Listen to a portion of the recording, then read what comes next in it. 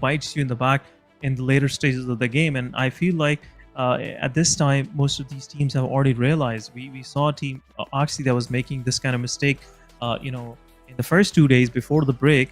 But now Team Oxy is not making those mistakes. Yesterday, I pointed out one thing, which if anyone from the Team Oxy is listening, I must say you should be going slightly more proactive. Otherwise, taking that delay, taking your time can lead you to a demise which you would never like. But let's have a quick look, guys. Our schedule is on your screen, and we will be starting out with our first match in a moment or so, and teams are already ready. But anyhow, Torix, a quick thought I want from you as well. What do you think, in your opinion, that some of these teams, especially Team AS, is doing wrong? Because AS, so far what we saw is a strong, talented back squad, but they're not getting that success. What do you think is going wrong with them?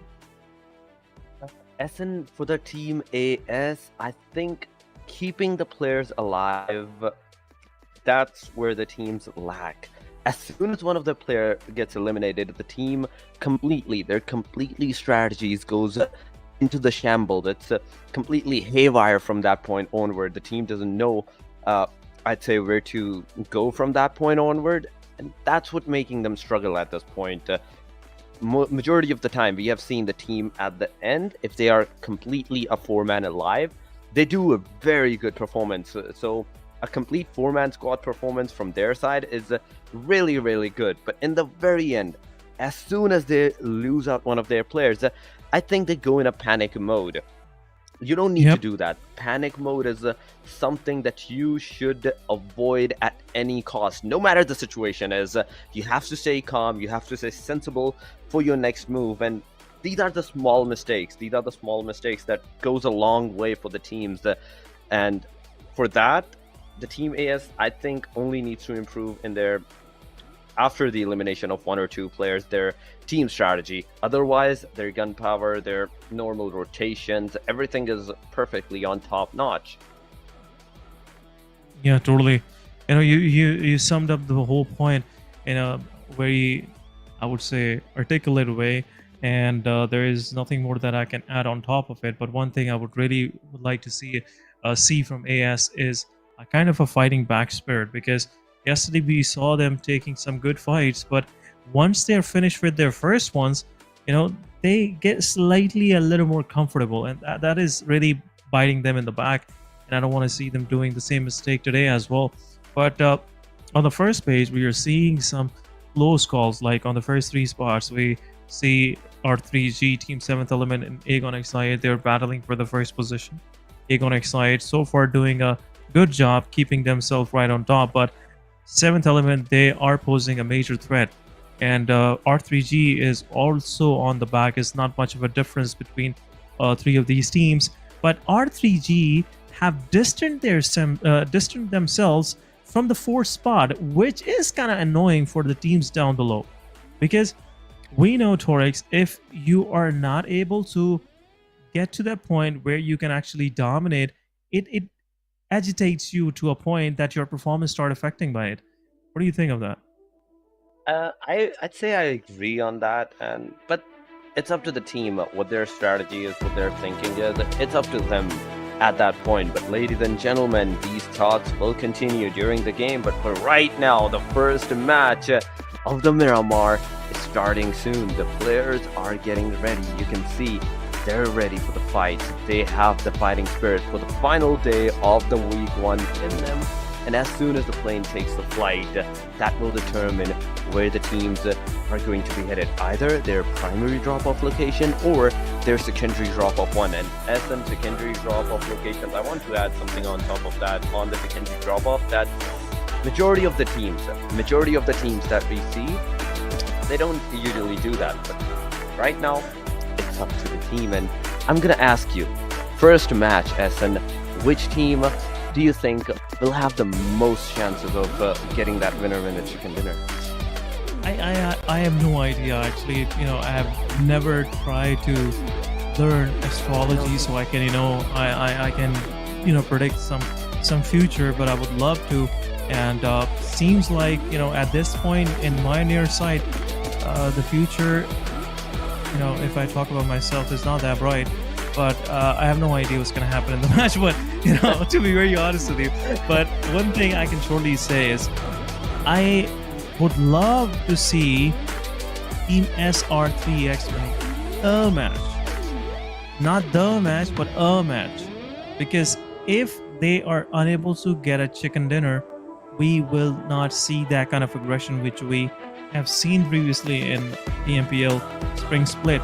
And to unleash that beast out of SRX3X, there is, kind of a much needed protein meal for them, and that is a absolute winner chicken dinner, which is much needed from them. And if they will get it today, obviously we are, set up for a good surprise in the coming week as well, and there will be a lot of shuffling happening in the positions. But top 16 is the goal, guys, at this moment. It's not a big goal, but it is the goal to actually stay in there so you can play the finals and be a part of that $70,000 prize pool, situation. And from there, you can, go for your chunk of that prize pool. But talking about the plane line, uh, going straight north to south, no shenanigans coming around this time. But the main thing is how the play area gonna play for all these teams, because these kind of plane lines are rare. So are we gonna see a rare unorthodox, play area that will make things interesting? That would be an interesting thought, I would say, and I would love to see. And there you go. As I was talking about, an unorthodox play area pops out, and this time around, it is surrounding the western edge of the southwestern edge of the map, and looks like some of these teams like HR, XGeneration, they are well set in the circle for quite some time, Torx. They will be well settled for quite some times, but there are a lot of teams that will not be happy with this circle. This time, in the first one, almost 40% of the area is already inaccessible to the team. So that means only the 60% area, that is the southwestern. There's not many cities.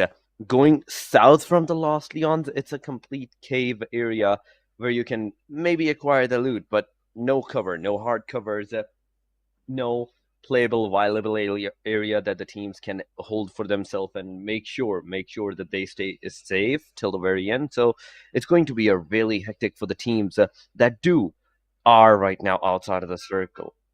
But as in, still there are some teams that might be going in the favor for the early aggression, the early fights. But 141, Amin's XH2E, these are the two names that I see going parallel right now near the Lost Eagles. And as soon as they're gonna acquire their loot, they might just get engaged into the fight.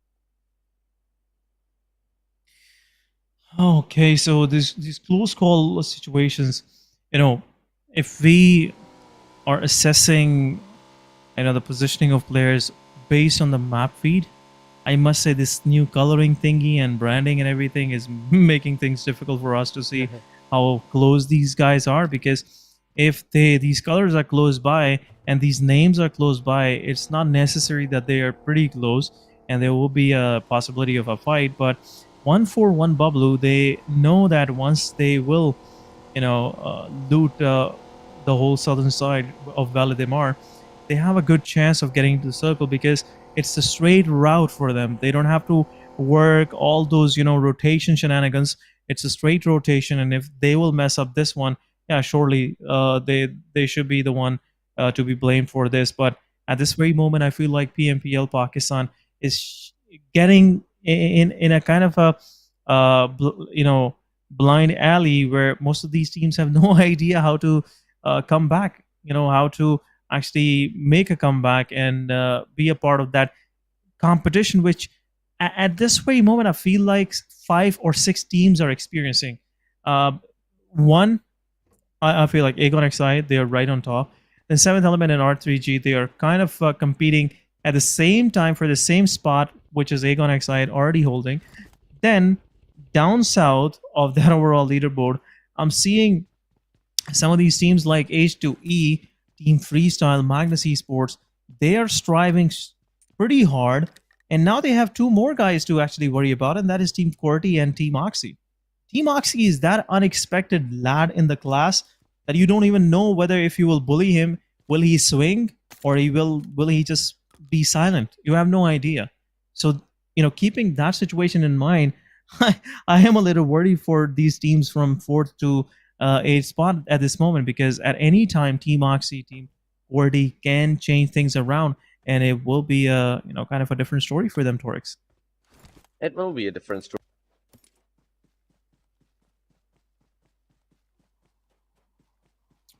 But anyhow, I feel like, yeah, it will be a different story. But at this very moment, I don't feel like much of these thoughts are running through the minds of these players.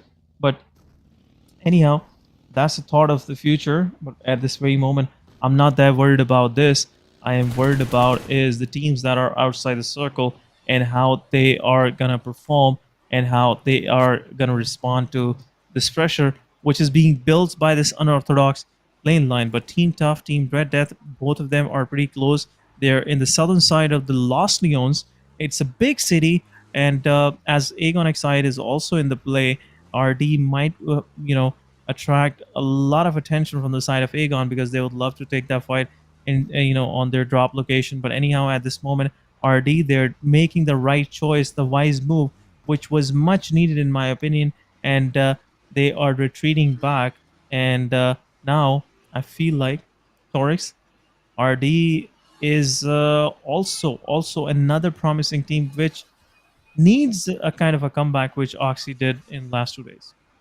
Oh yeah, they do definitely need a comeback in today's matches, and as this is the final day, yes, and once again, it is the final day of the week. The teams that are either on the second page or they're at the bottom of the first page, they need that performance. They need to get that. It's not a, a need, it's a must at this point, and they must get it before the matches of today's ends. Only the 5 matches are going to be played, and so far, 16 teams in the first match are still alive. 64 players, not a single player, not a single team has lost yet any single one of their players. So starting from the team tough right now, M7X, he has acquired so far his promising loot that he will be using for the next of the fight, for some of the next circles. But he is also, as in the circle, he doesn't even need to go anywhere.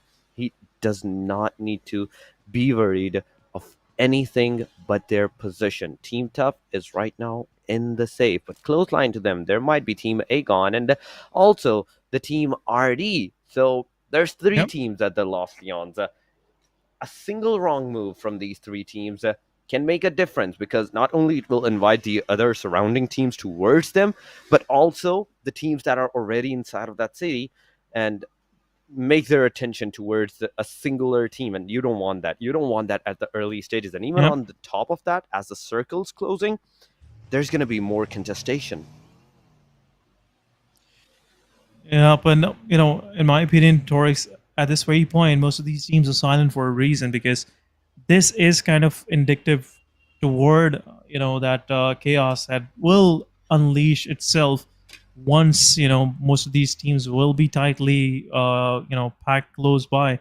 And I want to see how that thing's gonna play out, because in my opinion, right now the positioning team Aegon Exide have taken it clearly shows that they want to gatekeep everyone that will be coming from the northern side and the eastern side of the map. Hashtag could be the first one getting some damage. But here we go. The start of this chaos that we were talking about early on is here. 52 Esports getting one of their player knocked out, and the guy was trying to get that vehicle, but Buzzet, he is pushing forward. What's just going on? What is Team RT trying to do? Buzzet low on HP. He has to be careful. There you go. Buzzet gets knocked out. What was that call? How he reacted, I have no idea. But this was not something that Team 52 Esports was even looking for. They weren't expecting this kind of situation. But Team RD, they are pretty set for this fight. They wanted to take this fight. But Buzzet, what was that, man? What was that? You didn't even check your surrounding. You didn't even realize that the player could be someone could be in that small shack up there, but right away pushed in and put your team on a disadvantage this early on. This could have been the first blood drawn from the side of Red Death. not the blood donation that they did, but yeah, funny but true. Uh, 52 Esports, Walud were like, yeah, come on, bring it on. I would love to confirm that elimination. And I think it marks the thing. As soon as he got that knockout, he wanted to make the confirmation, and because of that, he straight went for that aggression. But as soon as he came in contact with Walud not only showed him his presence, that there is more players giving out the cover, but there's also a wall, including him in the wall Yeah, that he has to a cross lot. for that He elimination. already got a lot of damage while he was even Hmm. trying to move into the cover. Chotu was there in the back. He Yeah. did not look So at his surrounding. That's the thing. He did not look at his yeah. surrounding, and that was the blind push. That was the blind push that we were talking about. I'd say at the start of the stream, where the teams do need to play the sensible thing, not the blind push, because it is bound to come and bite you back sometime at early or in the later game. But right now, Team 52, once again, they have reset their players and they have finally got the first blood drawn on the team. Artie, but Aegon XI8.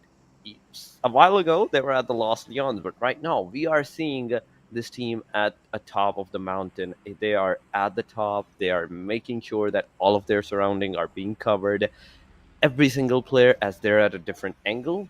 It's a good start for the team Aegon, but 52, Walud, getting the first elimination on the team RD. Now these guys have moved a little bit back because giving that damage, giving coming out of the syllabus, that was the thing that the 52 esports did, and that stopped Okay, the what's going whole on? aggression of the team RD. But R3G versus the team Oh, look 141X at of this. Bublu, it's happening. Seni has a Oh, beautiful look at angle. this, He did Annie. some shots. He connected them on the players.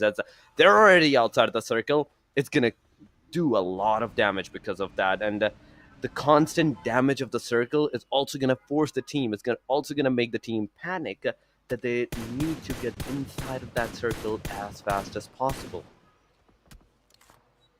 Yeah, because Team 141 Boblu, as they were trying to get into the circle, this was kind of a mishap. Can happen to any team. It's not something I would say strategy wise, it was a mistake or something like that. But at this moment, Team R3G, they did the right thing. They pressurized Team 141 to make that adjustment, and now they are in the blue zone. They might be thinking of us, an alternative route to actually get into the circle. So good luck to them. But at this moment, Team Aegon Excited, they are gatekeeping H2E. H2E got one of their player knocked out, but looks like they have revived their player. But in the kill feed, Team Aegon Excited, Ghost takes down Pinkman. For some reason, Team Aegon is kind of spread out pretty evenly, and that's why they are able to take those fights on two different fronts. At one point, they are gatekeeping H2E, and on the other side, as we saw in the kill feed, it was Team RD this time around. But Pinkman, these guys, RD was already holding into in a compound, so they're not gonna see any further aggression. But R3G getting one of their player knocked out, and they tasted the same medicine that they were trying to prescribe to the players of 141 right away. And Team Tough will confirm this elimination. Team R3G down to 3 men, RD down to 3 men, SL down to 3 men for some reason. I don't know why. And Team 141 down to 3 men. But the problem with 141 at this moment is Torix. They are struggling. They are struggling. Look at their HPs. They are struggling, and I think that is basically because they're being surrounded by two different angles. I'm not sure. It can be any of the situation, but hashtag one another team that at the start did come close to the players for the aggression, but hasn't done any. They have not taken yet a fight. Aqua aided the position that he is. He is close by to the team SLXTG, but not that close that he can initiate the fight. But SLXTG, Oh, what's going they're on? already getting in the fight with the team Amines XH2E. Rex has been taken down. Oh, good JD a shot! shot, but the player did not know that there was someone. There was JD behind the back of the house, back on side of the stairs, and he came. He conquered. He knocked out the player of the team SLX, but with the Oh, grenade trade this off, would be both of the dirty. players are getting some damage. JD Oh received my some. God, H2E is JD here. did some damage, but H2E, they have finally heard the shots, and they are there for that third-party aggression. There we go. Oh, third party, hashtag. Noob. He has been taken down, but no, the Oh, kill nice one, Aqua. goes Nice to, in one. fact, the Aqua. He did not let the player finish his kill. he made sure that the team hashtag is the one on the place where the kill feed is going to show their name. But Amin Zexay Shui, the start was amazing. Even with the SLX had the compounds for themselves. They were aggressing on the players, but Amin Zexay Shui, as they held out their compounds, it was amazing. But now hashtag, they're the third man. They're the third party that the team need to be worried off. Yeah, they gotta be precise. They gotta be precise. It's a kind of a mid-range fight, and still the guy is not, landing his shots. So this is a problem. Zigsaw is down below in the ridge. The smoke is kind of, giving out the position. So I have to be careful. One utility can do the job right now. I see two utilities for hashtags flanky, but still, nothing happening on their side. Hashtag is more of interested in that fight against AMZ XH2E, but so far not doing the job rightfully. But in the kill feed, Team A1XI taking down 52 Esports. Valu, the star player, the first blood initiator, I must say, the guy who draw the first blood, is out of the match. And now down to 16 teams still surviving, but players are dropping right, left, and center. But look at this! Look at this! Rahman with the shots, giving some damage to the players of hashtag. They've been taking fight on the same location for like last 15 minutes or so. I don't know, but still, hashtag, you gotta be doing better, man. This is something like very basic. You have to change your position, but still, hashtag, for some reason they're losing their player, and they lost one of their players right away, but another player's down. What's going on? Zigsaw taking two of the players down from the side of Team Hashtag. Another grenade coming their way. This was something they had to do, not being done to them. But there you go, Zigsaw last man standing. HR on the other side confirming some eliminations on Team Se7en Esports, and Aegon is taking care of 52. 52 is about to be eliminated. They are on the brink of elimination and could be their demise right here. 52 Esports, the first one getting eliminated, and Aegon excited with that widespread getting some success early on. 1v3 from the Fullix side against the Team 52 Esports. A good start to the player and to the team's complete eliminations. But at the same time, SN, this is the stage 4 already. The circle has changed its radius to a very small one already. And this is a time where 15 teams, it's impossible for them to stay inside of the circle without getting engaged in the fight. And even if they are engaging in the fight, there's always bound to be third parties that are going to happen. Star, Daniel, he's waiting for the Team QWERTY to make their move to get inside of their precise locations and into their ranges of the spray. And he's waiting. At this time, Daniel's just waiting. The rest of the players are also together with him. As soon as, if he gets knocked out, they're there for the rescue. But Team QWERTY, talking about them, they were struggling a little bit from the circle a while ago, but now they have successfully made their wins out of that circle. They have, so far, an edge. But stage 4, it's going to close in 1 minute. And Star, Team QWERTY, both of them are going to be outside of the circle. But look at the fights. It's happening constantly into the kill feed. Team RD eliminating the Team 141 XW. There we have it. Team RD finally coming in with that clutch. 3 elimination for them. But Team RD, they're also struggling right now, SN, because one player's knocked down. The other one needs to rev him up. And as the solo player surviving for the team, he also has to be wary of his particular locations. But there we go. Sama has finally spotted the Team QWERTY's car. He shot on the car, and some shots did hit the player. But once again, a predictive spray, a precise spray tracing on the cars. The damage have been done, but it's time for the Team QWERTY to make a comeback with the utilities in their hand. They're going to be throwing right on the player. The skull gets taken down. Freestyler throwing some more nades. But Essen, who will have the final fight for this fight? Yeah, looks like 2 of the players from Team Star are down to 2-man standing. It's a 2v2. Reviews is on full HP. Khan is knocked out. Another utility being dumped, and Skull is about to get eliminated. Yes. There is third party happening as well. Teams SRX3X has also joined the fight, and now Team Star is in that moment where there is a fair chance that they will get eliminated. It's a 2 versus 2 right now. Team QWERTY, they're not going for the revives. They want to take this fight. Smokes are there. Team QWERTY reviews. He is pushing forward. Khan is also revived, I guess, in my opinion. But let's have a quick look. Team QWERTY, Khan got eliminated in the third party. So 3 versus 2 for Team Star. They're still defending. They're still defending. One of the players is down. 2 of the players from Team QWERTY is down. Last one standing. What's going on? Osama, he is doing the job. And Team QWERTY is out. Team QWERTY is out of this match. It's a third party once again. But Team Star, for some reason, survives. Team Star survives beautifully, and with the 3 elimination, I'd say Osama and Daniel, the position that they had, the team did come close to them. They were super close, but at the same time, the player was reviving right in front of their faces. They did not look at him, but once again, there are 12 teams, and the other teams, the rest of the teams that are surviving, they're once again getting engaged into the fight. XGeneration, R3G, they're the ones that right now lighting up the kill feed, but RD and the R3G, Team Tough, Team XGeneration, it's a 4-way, it's a 4 to 5-way fight SN at this time, and Team Tough's location, I'd say it's not that good.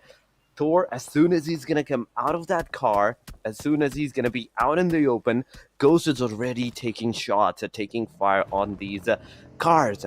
That is on the player side, but SRX3X, after doing a third party against the Team Star and the Team SLX, now they have set their eyes on the Team Star, and they're waiting for the circle to start, and Team Star to leave out their compounds, but Team Tough, Edgar, finally doing some shots, giving out the cover for their players and knocking XGeneration Ghost in the process. IQ with the tap shot on the R3G angles. It's not happening. It's not giving that much of a cover, but Miracle, Team Star, these 2 teams, as they're outside the circle, one of them has to go. One of them has to go, and with the grenade that he has thrown on the Team Star, it could have been deadly. It could have been deadly, but no. Nonetheless, Team Star still standing with a single player. Yeah, he is unfortunately the last one standing. But it is what it is. You know, you gotta hit the demise if you're not in total strength. And that's what we're seeing on the side of Team Star. But, oh man, it is commendable to see Team RD still surviving with 2 of their players. Ghost is low on HP, and Team RD, they're slowly and steadily, they're pushing in the circle. I love the way these guys, Shaheen and Pinkman, they are still trying their best to go for the fight. Pinkman on the feet, he just crossed in and, you know, slightly close to the edge of the circle. You have to actually take another leap of faith, but in the kill feed, it's Star Osama, the last one standing. Blue Zone, just being the brutal one, takes down the last one standing for Team Star. And Team Star is out on 12th spot. But Team Tough, they are being gate capped. They are being bombarded from every side. Team RD is also trying to take shots. Team XGeneration have a good position to their name, and they are taking total advantage of it, Torix.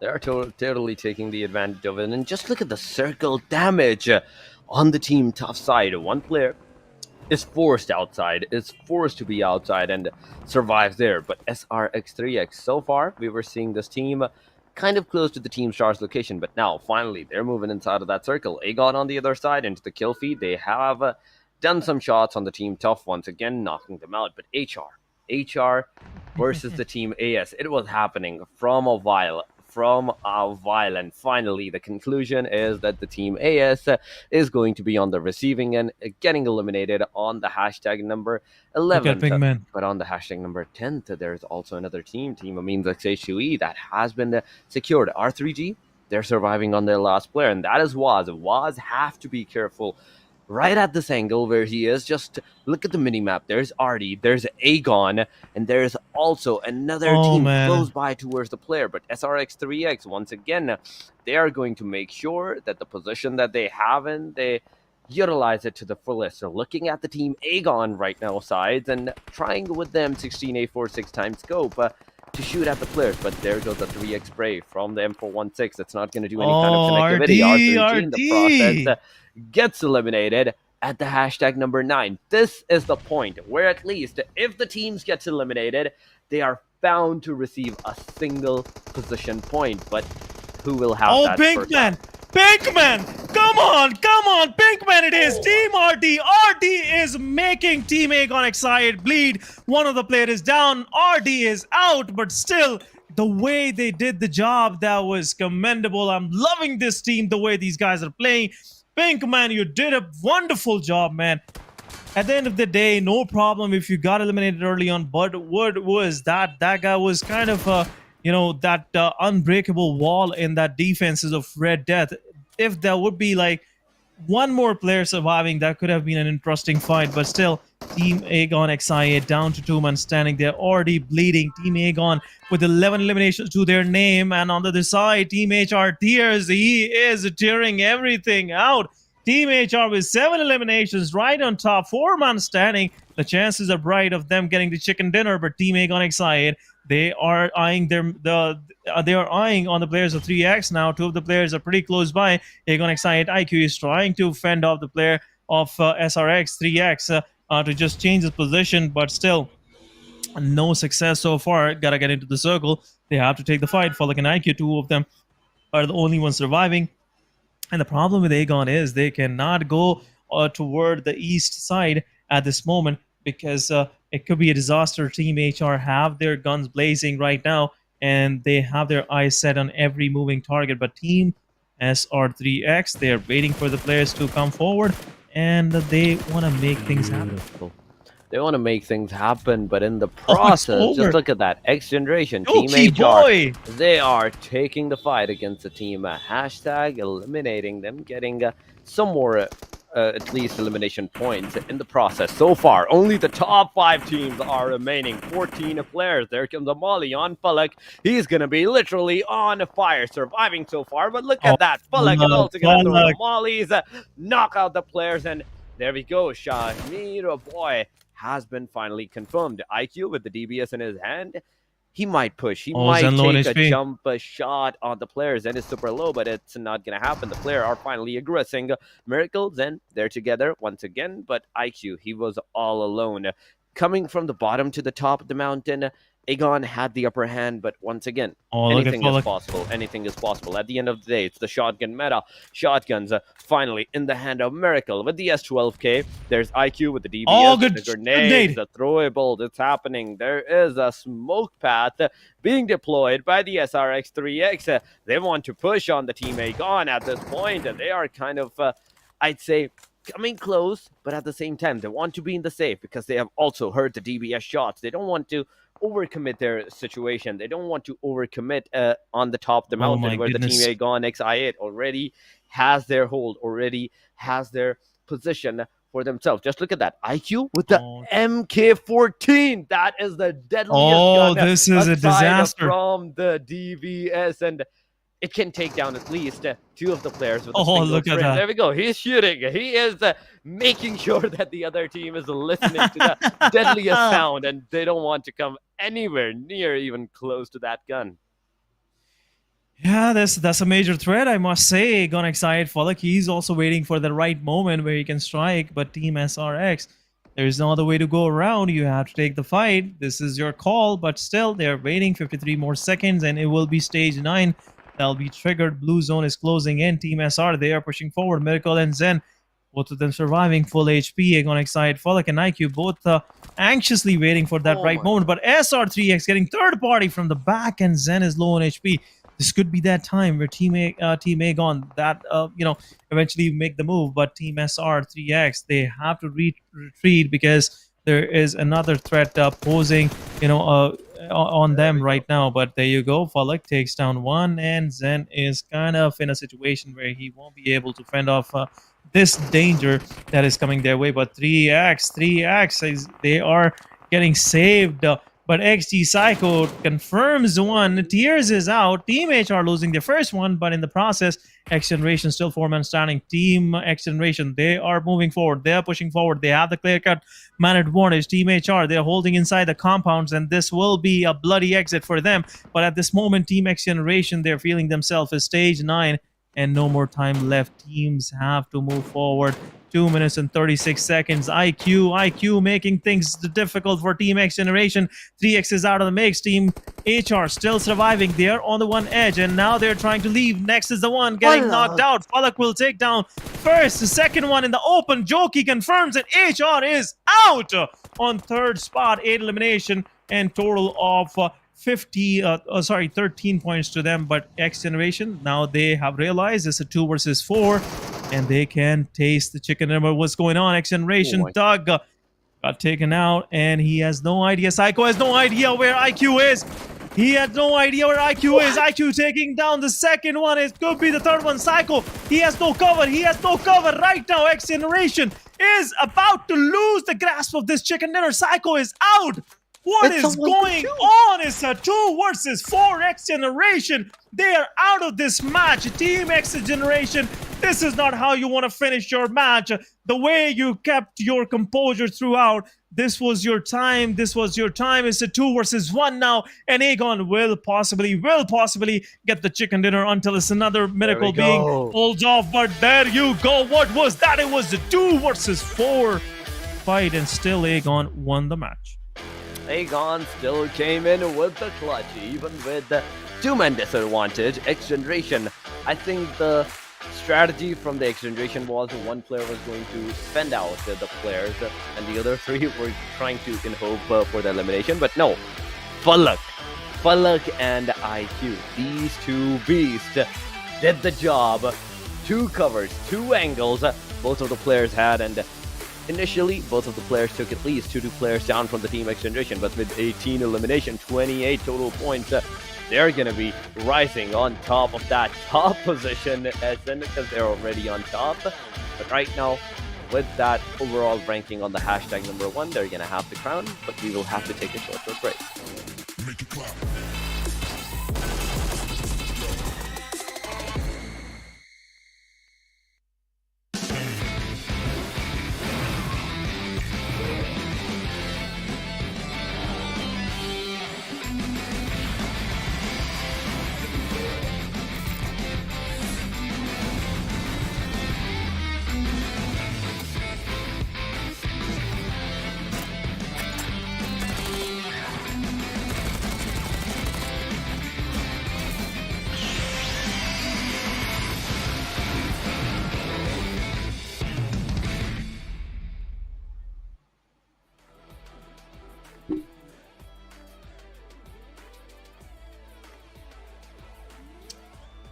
Welcome back, everyone, once again to the PMPL PK 2023, the final day of the week 1, the day 5. Once again, the Historics, and alongside with me, it's going to be Se7en. So Se7en, once again, welcome back. And the first match, Aegon, they did the unthinkable, they did the unbeatable, and 2 versus 4 against the XGeneration, getting those 14 to 15 elimination chicken dinners. Aegon confirmed 6 eliminations in the last 2 minutes of the game. 6 eliminations. That was just out of the standings. Not just outstanding, it was out of the standings. Out of the stands. This is that sixer which takes the ball out of the stands, out of the stadium. Oh my goodness, what was that? I can't even still, just understand what was going through the minds of the players of XGeneration. What were they trying to do? And IQ with that solo 3 eliminations on Team XG, just, oh my god, it really hurts. Honestly, it really hurts. It really hurts my mind while thinking it was a 4 versus 2, but still, anything can happen. And we saw these kind of things being pulled yesterday as well.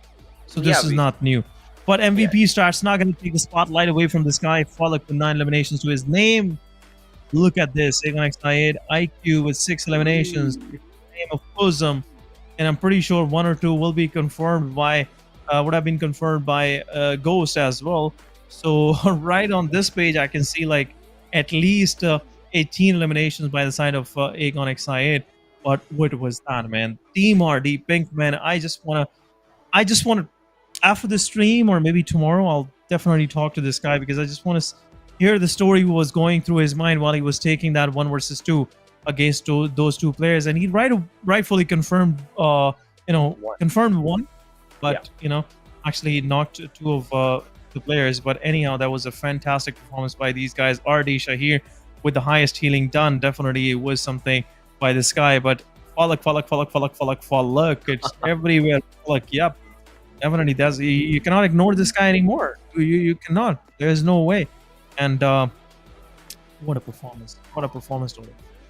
Amazing performance, yes, and I totally agree on that. But yes, with the highest elimination, highest damage, and even the highest assist, he has his name in everywhere. But the highest healing done, once again, it's Shahir. And Pinkman, talking about Pinkman, he did a 1v2 almost on the team Aegon, out of which he did manage to confirm at least one of the player from the team Aegon side. So it was a struggle for the team Aegon at that time, because they were also receiving damage from the different teams, different angles, and in the process, that where they lost their second player. But look at that, a total of 18 eliminations, 28 total points. So all the three players we saw at the overall standing where the highest elimination were, the three players had it all, and they secured their position there. 28 total points. HellRaiser right behind them with 8 elimination, 5 placement, a total of 13 points. XGeneration also securing 12 points for them.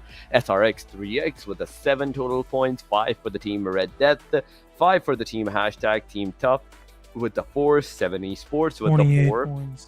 But on the Holy hashtag number smoly. 8, but 28 to 4, just 4 in 128S, and it's a big jump that the Aegon has taken.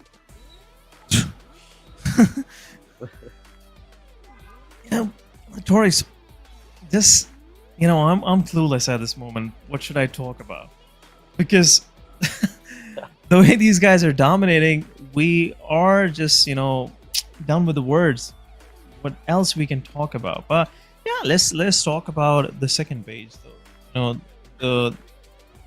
The page where we do our most of analysis and most of our talking being done on these guys. But it was kind of a unorthodox match. It was a different kind of match, and it really made some of these teams struggle a lot. And especially seeing R3G on the second page, seeing 141X Bublo on the second page, it really paints the picture that it was not an easy match. And Aegon X8, you have all of my respect, because the way you guys finished this off, it clearly indicates that you guys have that kind of ultimate confidence, which every player out there is in search for.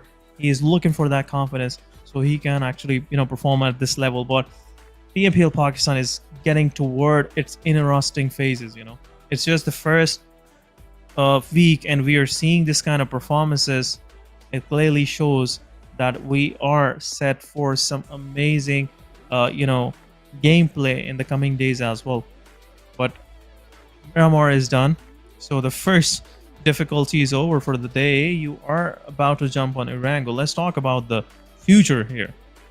Past is past, is done, is dusted. Now let's talk about future, Torix. Erangel it is.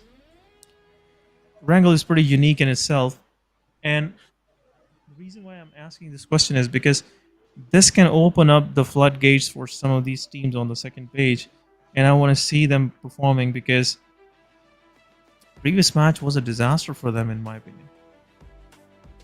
Agreed, it was a disaster for many of the teams. We were seeing at the very start, remember that RD 52 were at a disadvantage, but as soon as RD made a wrong move, 52 instantly capitalized, eliminated one of the player from the team RD side, making sure that their push was not at that time. But the guys, once again, talking about the schedule, as SN has already mentioned, it is an Erangel match, but this time around, Group D is going to be on the benches, and Group A, B, C, and E will be playing in the matches. And with the D and E shuffle, it's yet another, I'd say, an equal opportunity once again for the team. So we have to see. We have to once again see where the Erangel will take the teams, because the majority of the teams knows Erangel like the back of their hand, and by majority I mean every single one of the players and their IGL, their strategies. they that Erangel is the most strategical, I'd say, map where you either go complete a clothesline in 0 to 1 seconds, completely in a ridges fight, completely at a distance, or a snaky fight. In fact, Essen, you can either hold your position as a snake, you can go for that aggression, or you can take the hilly terrain fight. Everything is possible, Erangel. But once again, guys, taking you on the flight path. It has finally started from the Stolber side. I think going to the military base island, and there we go. It is an eastern side favored plain line where western areas, Quarry, Primox, the Gutka, and the Georgia pools, those are the areas that will be difficult for the players, that will be difficultly acquired to the players. They have to struggle a little bit, find their vehicles, find their transportations at that time. So not many paths are open for the teams, but Team Star, they are going once again in today's matches in the Erangel at their drop location. That is the Severny Kameshki going by the hand of Team SRX, Dalber and Kameshki. These are the places that they choose to go, and a split drop from their side. HR clothesline to them. So early stages fight in the Erangel, we can expect some early ingressions at the Erangel. But Pachinki, the schools, the Rozok. Yesterday we saw some teams taking some fights, but it was most of the time a dry pace map. But what's gonna happen? What is going to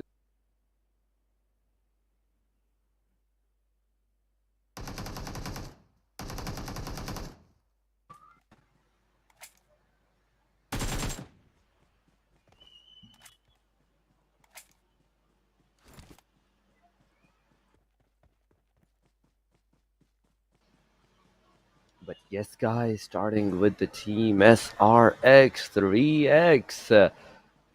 They're at the Stolber and the Kameshki areas, and not much position to be talking about because just look at that. They're already at 3,000 meters away from the circle, but the Team Star, once again, the fight is happening against the Se7en Esports. One of the player from the Se7en Esports has been knocked down. Se7en Esports right now struggling at the start, but will they be able to make a comeback? This is the bigger question. But with the PP Bison in his hand, he is making sure that he at least give Rahman some damage too before he can come for the initialization of the revival. But it's a smoke. There's a smoke. Drop shot are being done on the players, and no connectivity, and the player is out of the bullets as well. He does not have any way to protect himself anymore. But with the XGeneration, he has the sand on him, and there we go. A single shot. Look at Skull.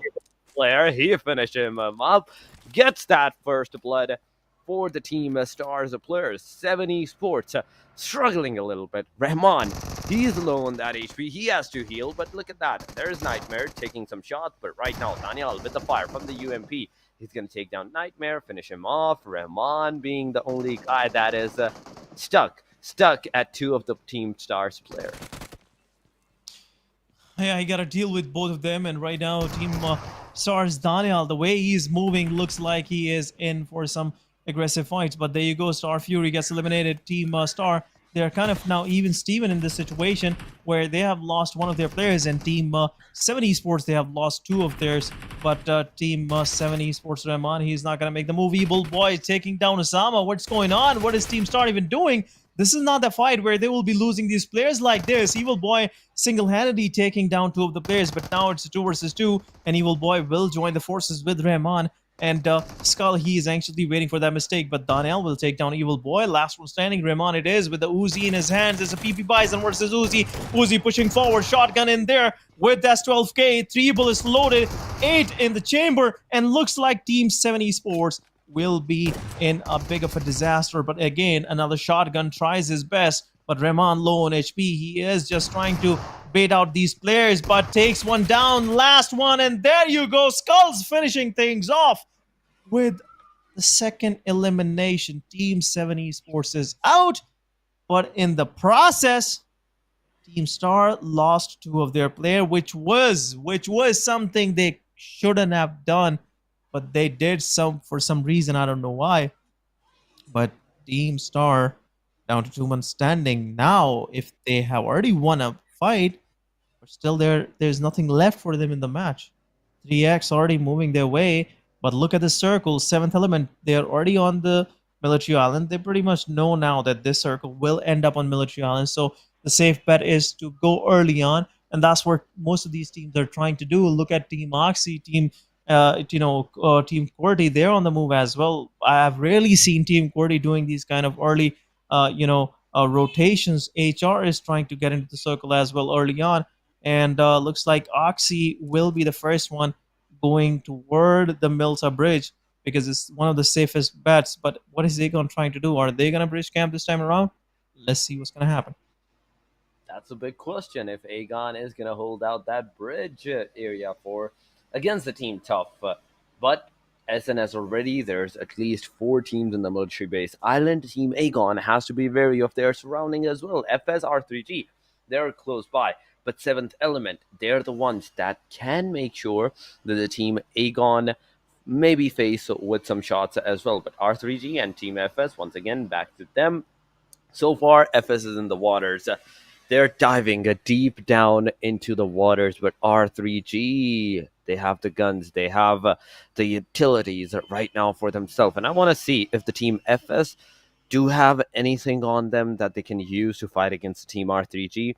Because that's going to be the bigger question. Because if they don't have that much of a loot, that much of a cover for themselves, there is no way they can defend against the Team R3G. But Zaboth, he's completely away from the team as 3 of the players of the team FS stays close by. Zaboth goes out for the scout. But I think, in my opinion, and right now Zaboth is trying to acquire that boat for himself. And as soon as he's going to have that boat, he's going to make sure that he gets out of there the first thing at that time. But Mithy, Oh, good what one, have you Tabby. done? He was getting away from the team SR3X, but he was taken down alongside of 2 more players from the team AS. AS is right now on a verge of being eliminated. For Khan coming with the car elimination Oh, what almost, but just no, it's not happened? gonna happen. Team Oh my SR3X god. keeping them at their path, eliminating completely of the team AS with no elimination on them. Sure, SR3X did got knocked out, but they did not let the players finish them up or any of their players.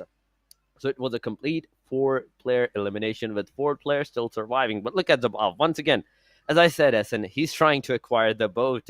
He's waiting. And if there is anyone in the close vicinity, he's not going to pick it up. But as soon as he's going to see that their player might not have been here, he's going to get into the boat. And that's purely just Yeah, that my was the time. speculation. That's purely just my speculations. Now is the time. Actually, Zarbov is gonna do that. He might have heard something. That's the reason why he's extra cautious.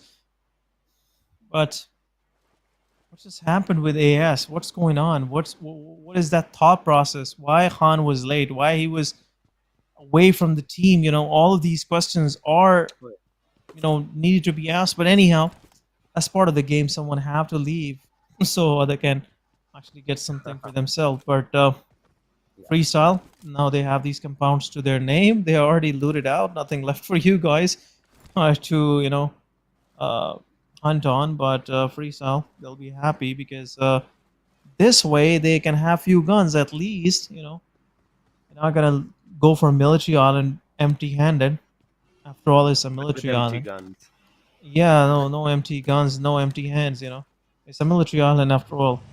So you have to be careful. You have to be prepared, even you know a little bit, but still you have to be prepared. But look at this XGeneration. They're getting some shots from H2E. H2E is holding on. I'm not sure why some of these teams are still holding on to the main island.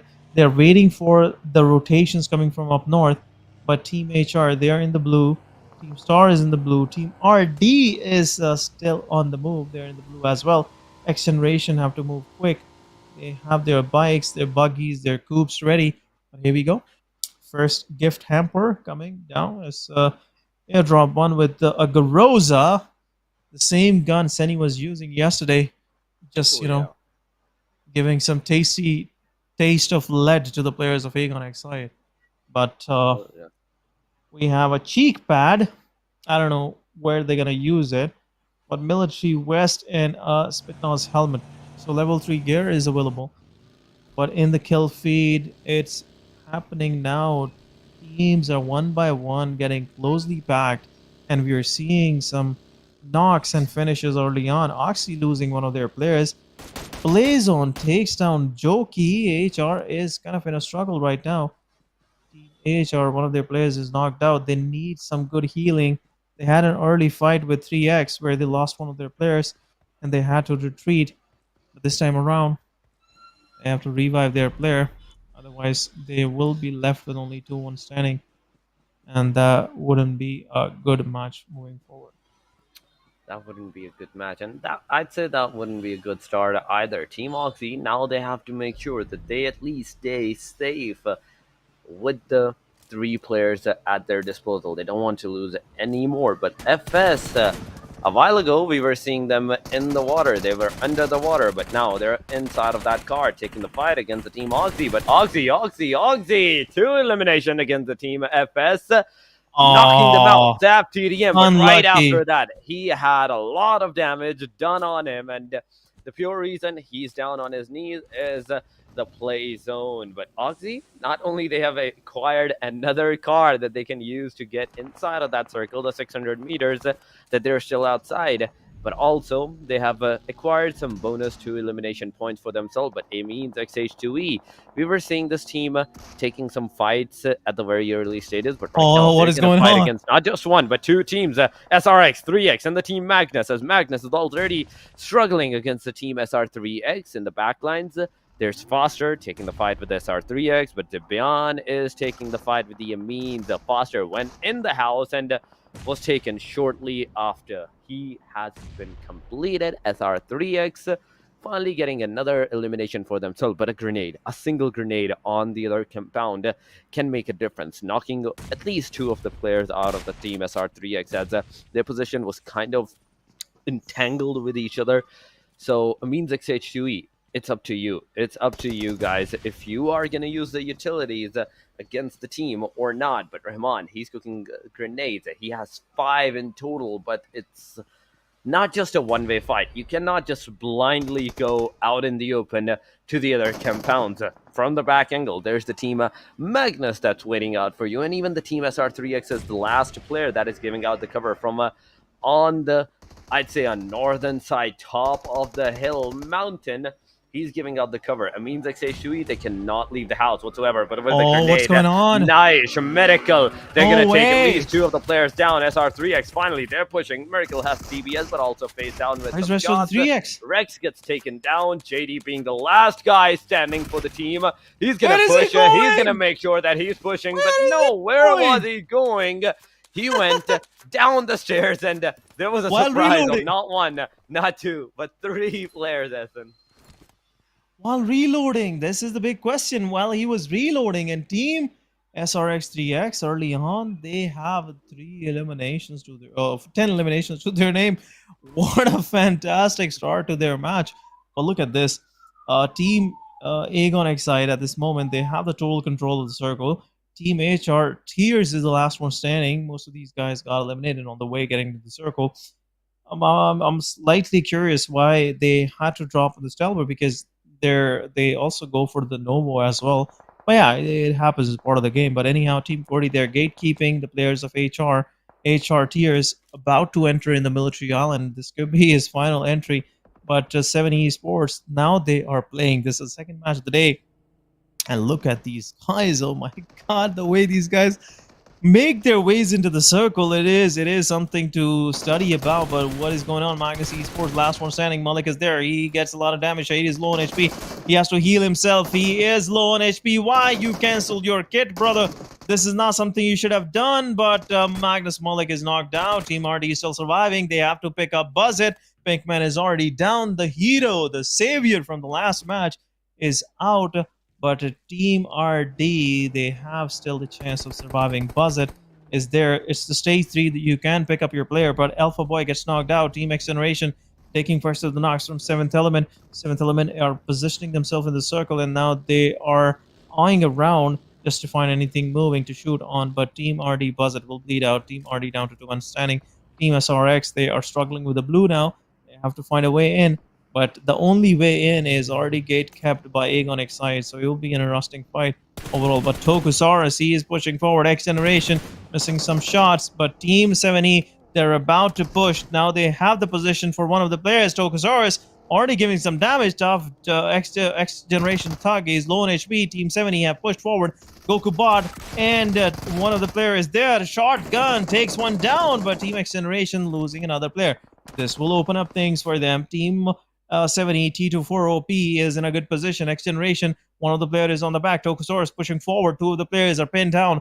And now, once the revive will happen, Team XGeneration will be pushed from both of the sides, and Team 7E will have a better pressure, on the players. But it's top 12. Endless in the kill feed takes down R3G. Two of the players are down. Endless with the great use of utility takes two of the players down, and looks like Team 7E in this present situation is under total control. Team XGeneration, once again, they have to be careful, otherwise their survival will be, in danger. But look at this. They have to save the players. Red Death is out. Team QWERTY also, holding on to their position.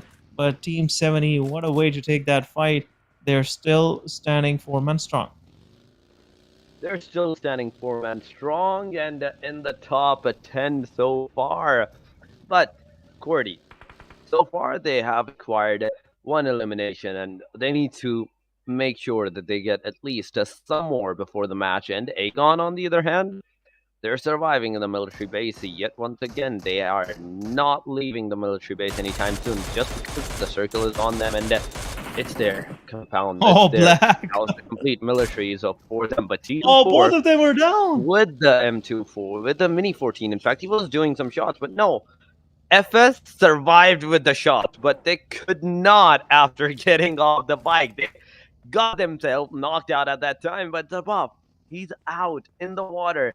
The player is going and trying to make sure that he gets that rev. He gets that rev, but what is Zabab doing? Where Black is going towards him, Zabab is moving away from Black's location, and this can be dangerous. This can be dangerous. Not only it's going to give out your no location, way, but at the same time, your team players as well. But Goku Bot, he has knocked out one player. What? With just SN a red dot spray, and that clearly shows the team's long range distance spray. But Tokusaurus, he finally gets the buff, and with the 7th element right now, being the one in the military base. Island waiting out for the teams. They are finally once again fighting. But once again, another, I'd say, water fight happening. Skull, Daniel, they're in the water, and somewhat it's confusing. I think the team tells where they are, because just look at that. Every single player is on the side angles, looking in the water where the enemy is. They can just only stay on the one side of the bridge, because the other side is being washed by Team Aegon. So Team Tough have only one bet to play on, but right now XGeneration Hunter gets knocked out with the blue zone. Psycho low on HP. A good spray from Reviews will finish things off. XGeneration leaving for the lobby on 8th spot. But Team Tough, they have to move forward. They have to push their buggies through. There's no other chance. Blue zone is right on their back. Team Star still surviving at Daniel and Skull. These guys have something in them. They know how to survive in these kind of tough situations. They help their team to make it to top 7. But look at this. Tarzan with a spray, with a precise one, slightly missing few shots, and making Aegon Excite Fullock to change his position. But look at Team SRX, 3X, Chamid Boy. He's still trying to survive. He knows the only chance of his and one of his teammates' survival is in the waters.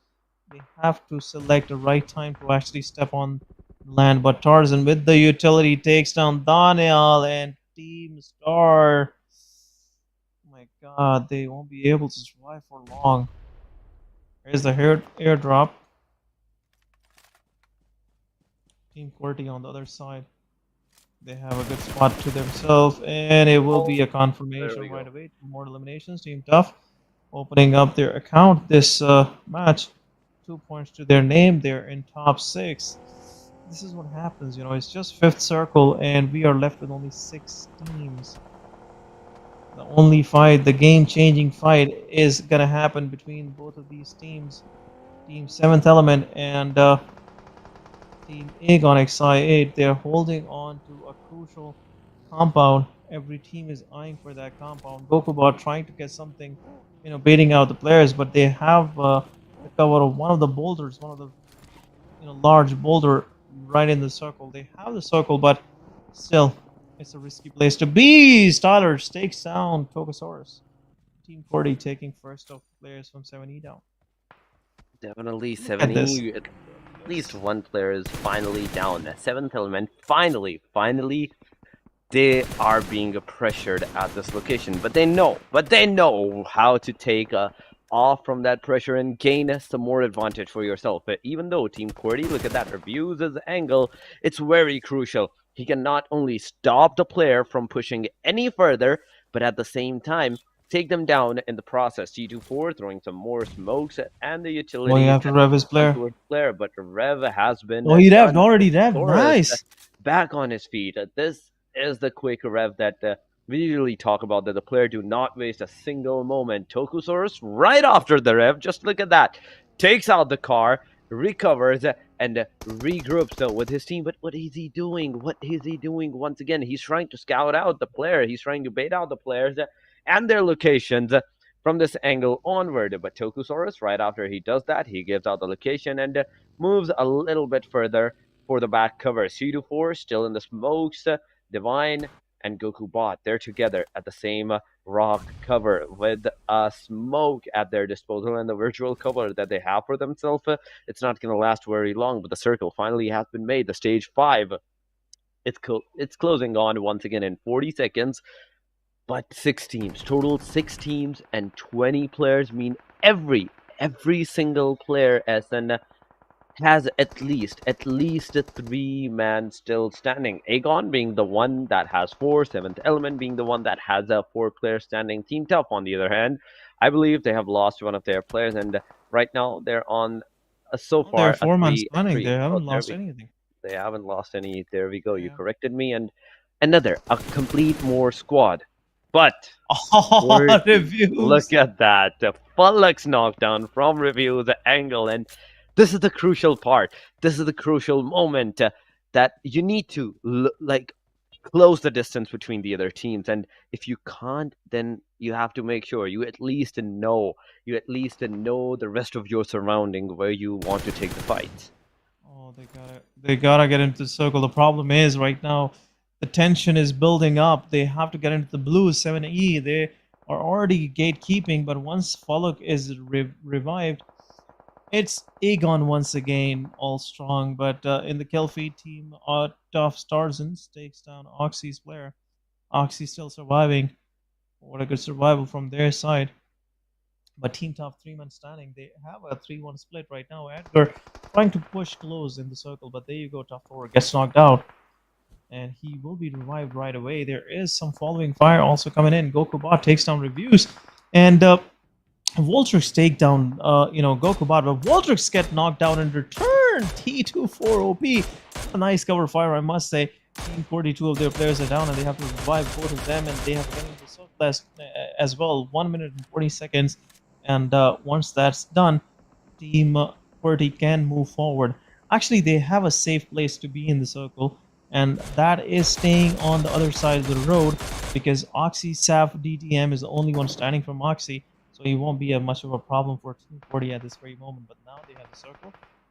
Team 7E player, he's already watching. Freestyler is knocked out. 3x, one of the player have already set their foot on the ground, and now it's down to last one, Shamir Boy in the waters. T24 OP confirming those elimination points, and he confirms the second one as well. Oh my god, I'm really enjoying all of these fights, especially what Team 7th Element is trying to do.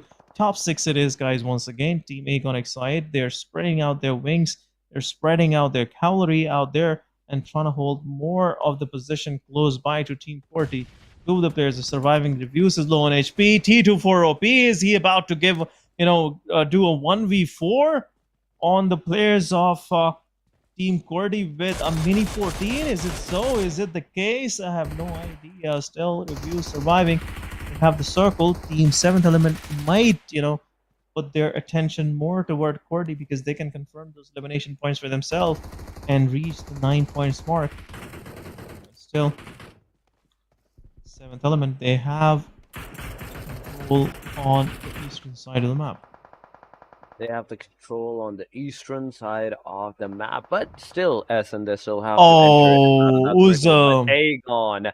Uzum, just look at the distance that both of these teams have, the trajectory of the grenade, and on the connectivity, he gets the complete squad down at 2 eliminations, more for the Aegon, and with that elimination of the team QWERTY, now it's a top 5 fight. Oxy is still surviving with a single player standing in the match. It's a 1 versus 1 versus 4 versus 4, and the 5 players that are surviving us, and it is a 4 once again on the 7th element. Look at that. There we go. Falak throwing some smokes, trying to give out cover to Falak, trying to make sure that in the backside where the team's 7th element is, they don't take any kind of funny shots on the Aegon. But look at IQ, and right IQ taking 2 players down from the team Tough, and 1 player has completely been finished up. 7th element also, I believe, has been spotted by Falak. Just a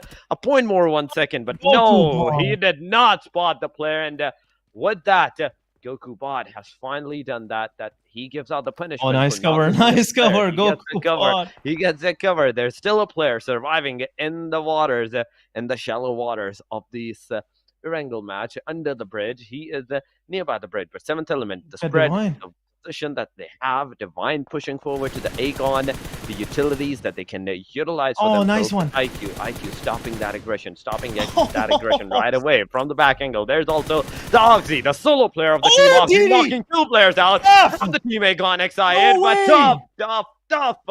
They have unwillingly given out the cover to the team. 7th element Aegon now can once again come back on their feet as a 4-man. This is a reset for the team Aegon, but as Team Tough is aggressing, they will have a slight advantage against the team Aegon for now because the player just have been driven. There we go. This is what I was talking about. A single grenade. What was that, brother? It was a single grenade from his own teammate that met to the device. That was unlucky. I must say.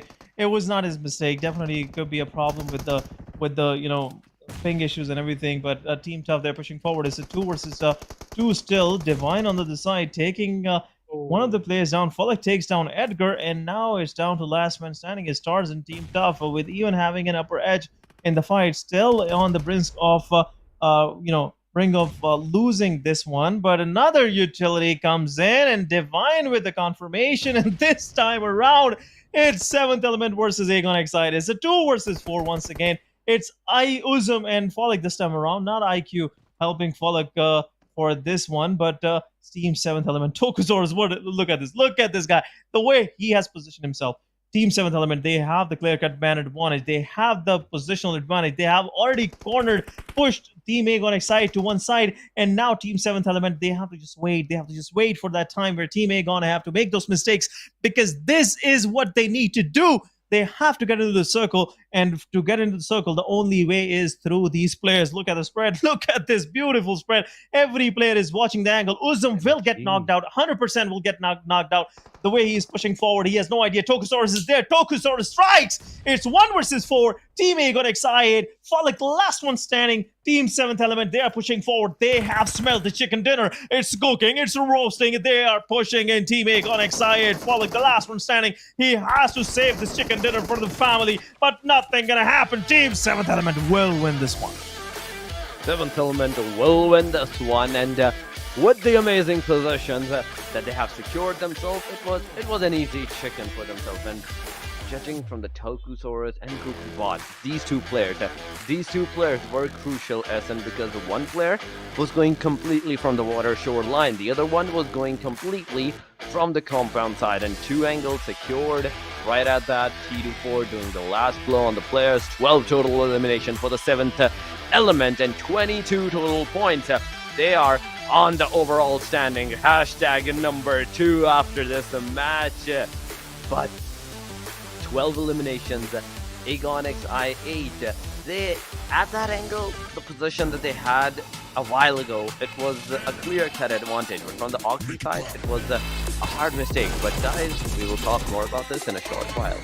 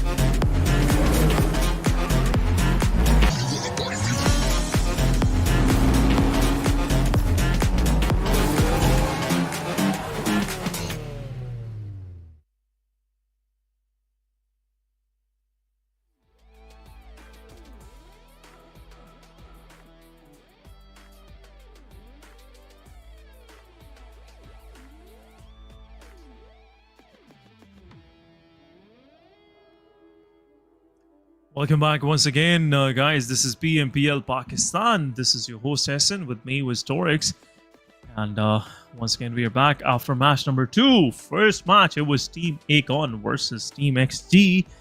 XG had no chance of survival.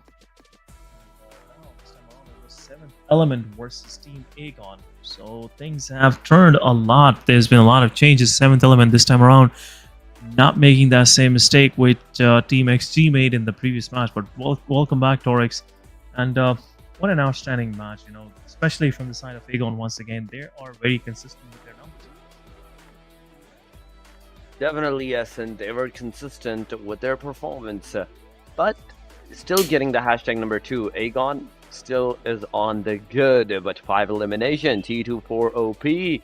He's going to be the MVP for the match number 2, 572 damage, but just a measly, I think, 1 knock because of 139 damage. It shows that the player might have been knocked out a single time, but survival time of 27 minutes, and he gets that chicken dinner secured for him in that meantime.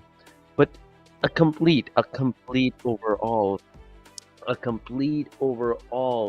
I'd say, playoff for the teams, a playoff for the players who has the most kill, because this is the top kill. The 5 eliminations are the top for the match number 2. But there we go. Oxygen, Team Oxygen, Endless having 4 eliminations, 704 damage. Falak with the 2 eliminations, 465 damage. 2 elimination for Goku Bot, 456 damage, and SRX3X Kyra with 4 eliminations and 419 damage. 7th Element securing at least 2 of their players, still in the top player leaderboard. Yep, and once again, Endless, especially Saf with those 2 reflexes, man. That was one heck of a performance from this guy. But again, Team Oxy surviving till the last few circles. 10 points to their name. SRX with 14 points. All thanks to the players, especially Shamir OP, Shamir Boy, for surviving for this long. Team Tough with 12 points to their name, but 7th Element with 22 points. Aegon with 10 points. Yeah, that's a major difference, but still, it's a consistent match. 2 matches, and they have already confirmed 38 points. Oh my goodness, first spot is going away from most of these teams. So 7th Element and R3G, they have to step up big if they want to stay in the top positions. But anyhow, let's have a quick look on our leaderboard on the second page as well, where things are not that good. Most of these teams will have like 1 or 0 points, nothing more, nothing less. But most of these points are distributed among these teams. I'm just, I was just waiting for Team 3X to win the match, but yeah, it was not the lucky one. But anyhow, it was a good performance. On the second page, this is the same story: 2-2, 1-1-1-1, and 0 freestyle and AS with 0 points. Definitely, the second page is where comes the most, I'd say, most things to talk about. As AS and Freestyle, they were the first two teams to get eliminated at that time. So no points to them in the total, but XGeneration, I mean, the H2E, R3G, they have at least secured a single or 2 points for themselves. But overall ranking on our screen, Aegon finally crossing the 200 points marker for themselves. 7th Element right after that with 173 points, a complete 30 points difference from the top crowned team R3G. Again, a slight I'd say almost a 30 points difference with 147 points. Magnus right after that with 119, 112 for the team at Tough, 108 for the team SR3X, XGeneration, 107, I mean, the H2E, 102, and right with that, the aggressions, the 100 point marker, it closes off with the hashtag number 10, 141 Bublu. 141 Bublu securing a 99 of the total points, but how will it affect the second page? That is a bigger question. That is more of a question here, because SN in this position, anything is still possible. The first week will end after 3 more matches, but on the second page, HellRaiser with 96 total points for themselves, 93 for the team QWERTY, Team Star with 88, 74 for Team Red Death, 52 with 72, AS with 62, 62 for the Skyline, Freestyle with 59, 57 for the Se7en Esports, and hashtag with some lesser points than the 57s. You have to see. At this point, at this angle, I still say, till the top 14, a single match can make a difference for the teams. Either they get early eliminated, they're going to lose out their position. If they get a lot of eliminations and still get eliminated, then it might be a different scenario, because we don't usually see that much point of a difference. We're not usually seeing that much of a point of a difference, just a measly 3 to 4 points, and it's making all the difference. A single match is enough for those teams to once again cross each other, make their way from the second page once again back to the first one. And these are the big things. These are the big things that the team must know. That the team must know that these small factors, these small survival and the eliminations that they want to do, these are the things. And at this time, SN, every team, the 14 top 14 teams, a single match, as I already have said, is enough. But how will the teams perform? That is the bigger question. Absolutely, that's the biggest question. But anyhow, let's have a quick look at the schedule, and we have our third match on the way. Group C will be on the benches this time around, and it's A, B, D, and E. Miramar it is. Then we'll step into our arena. But at this very moment, what I feel like is what's important for these teams is to maintain their consistency, especially Team 7th Element, because 7th Element, it was their first match and it was a chicken dinner. That's fantastic. Secondly, Team 7th Element, it was kind of a dominating performance, because this will put them, in a better position overall. But I'm really liking the way these guys are playing, and I want them to continue this way overall. Definitely, the way these teams are performing, it's a great way overall. They are making sure that their performance is top notch from their perspective and their particular angles. But the match number 3 once again is going to be off the barren land, and this time around Group D will be playing, and the Group C will be on the benches. The A, B, C, and E are going to be the teams that will take the fight. But right after the Miramar match, we will also see the TDM, which I'm particularly excited about, because I want to see that complete teams back-to-back fights, back-to-back aggression that they do against each other. But once again, SN, the teams are finally getting ready. The teams are ready for the match number 3, that is of the Miramar. As soon as we take the flight path, as soon as the plane takes the flight path will be revealed, and then it's about the circle. Then it will all be dependent upon the circle where it's going to be headed and who it will get the favor on.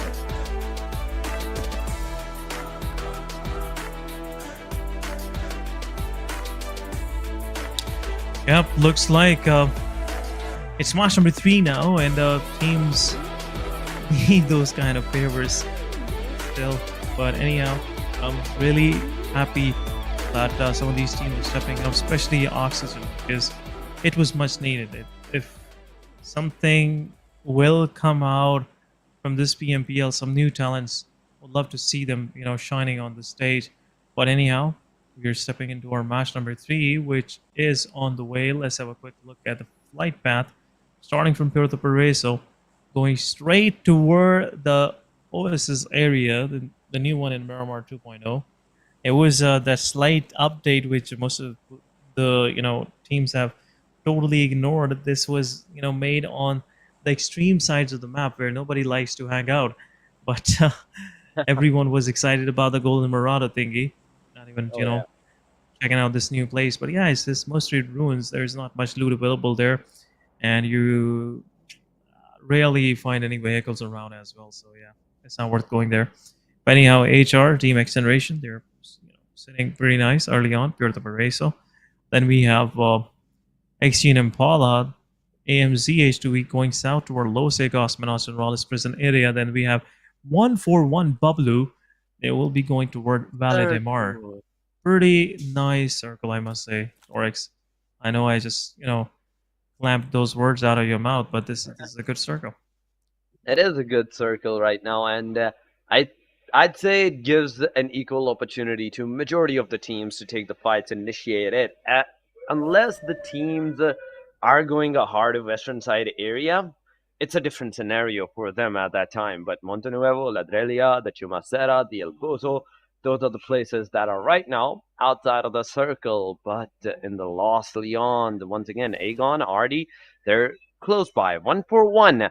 Droppy, where are you? You are so far away from the rest of your team, where the rest of them are going, I think, to the Valle del Mar through the road, but you are all alone at the nearby Los Leons area. HR at the Puerto Paraíso, XGeneration at the Impala, there's the team FS at the Graveyard, hashtag R3G near the Tierra Blanca, and we're not seeing any of the fights. We are not seeing, I'd say, the early engagement from anywhere in between the map, and I think it's a good start for the teams. I'd say it's a good start for the map as well, because Miramar is bound to be a safer side map. The teams do take a safer drop, and slowly and gradually as the circle proceeds on with the second one, third one, that's where the changes come. That's where the changes that happen, and those are the changes that needs to happen, because in these areas,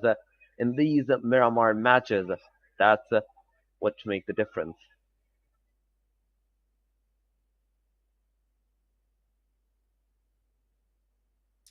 Yeah, once again, a long thought, I must say, Torix. That was a long one.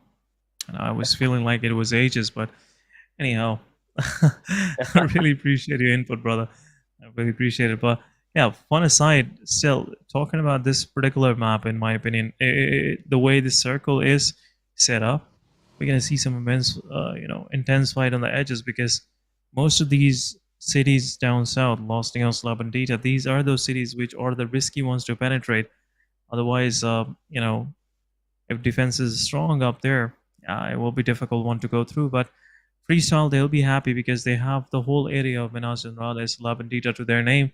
Magnus Esports, pretty situated. One of the player is kind of on a spread with 3 of the players in LSR. Hashtag, what's going through their mind? I have no idea. They are playing a good split early on, but Oxy and R3G both of them are in Campo Militares. Really, I saw R3G going that far, but Oxy, they are not taking their chances. this time around they are being very careful, and now they're going toward the Reamoda. Seventh element, La Cobria. It will be an easy entry into the circle. I see Team 7 Esports already sitting pretty nice and tight right next to Water Treatment and Hacienda del Patron. Looks like it's a good match for most of these teams, because the colors I'm seeing nearby and inside the circle comprise of almost like 12 to 11 teams, so not a big problem for most of them. Not going to be a problem. I still keep my point that until the third circle, it's not going to be of any difficulties for the teams. Amines XH2E, they're at the southern angle, so as the circle start, it's going to be a difficult situation for them. But the Team RD, Team Megonics IA, they are still at the Los Leons. They're at still that city for themselves, and the position that they have in, we have to see. We have to see what they are going to do, because QWERTY and Se7en Esports, these are the two players, these are the two teams that are kind of close by to each other, and can potentially engage in the fight. But Oxy is the first one to be seen, is first one to be spectated. Icebreak getting a good amount of loot, I'd say. He came and the M4 in his hand. He's set for the fights. He's set for the aggressions. But in 2 minutes and 25 seconds, the first circle is also closing on, and stage 1 will be ending at that time. Yeah, but I must say it's the first time around. This first circle won't be much of a problem for most of these teams out there. Uh, but in my opinion, what I think is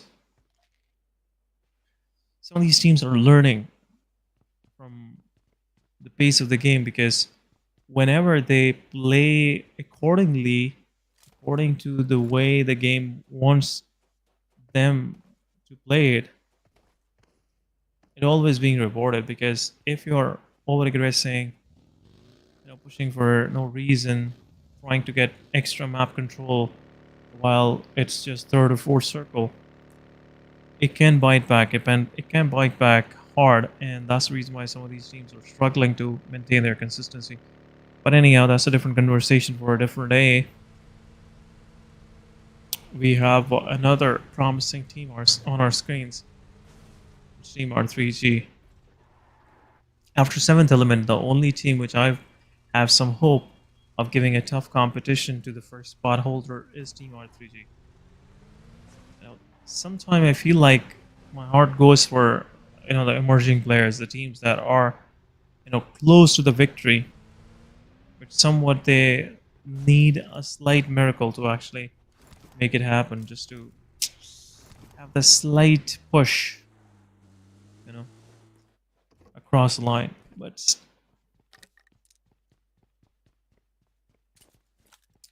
anyhow, R3G will eventually see that day where they will be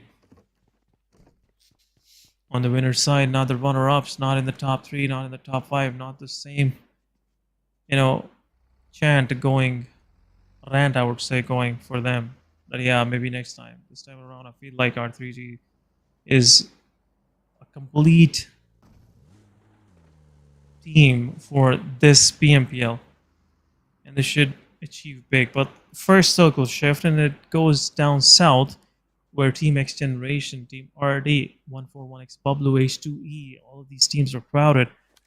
It is a kind of a situation where some of these teams might have to go into a full-fledged fight. It looks like right now most of these teams are not even trying to do that.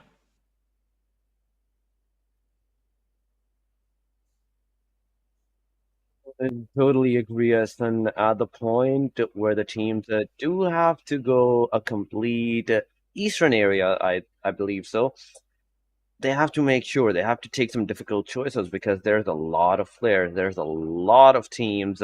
Just look at that, still alive. There's a total of still, I believe, 16 teams. Not a single team has been eliminated in the circle radius, as it's already super small. It's bound to be a third party, fourth party fight at the time. Se7en Esports Iron fighting against the team QWERTY, and look at that. There we go. Reviews finishing his kill, eliminating the first player of the Se7en Esports and taking the first blood against the Se7en Esports. They're the one on the receiving end, but with Voltrix's grenade, he can make them definitely go. Not one, Good one. two grenades. Hit on Voltrix, made him bleed, and with the third grenade on the way, Evil boy. confirms that elimination, making the fight towards an equilibrium. But Seventh Element, once again, they are there for the third-party aggression, and with some shots on the cars of the Se7en Esports side, they've made sure that the Se7en Esports did not. Oh, good shot, good shot. With the team QWERTY at that time, and gave enough time to the team QWERTY to change out their locations. Team QWERTY, on the other hand, they are making sure to take their revenge for the players, and as they are moving completely in 3 different angles, Khan is going to be the first one to be spotted. There we go. The fire from the Evil Boy has been done, and now Evil Boy is also Seventh Element.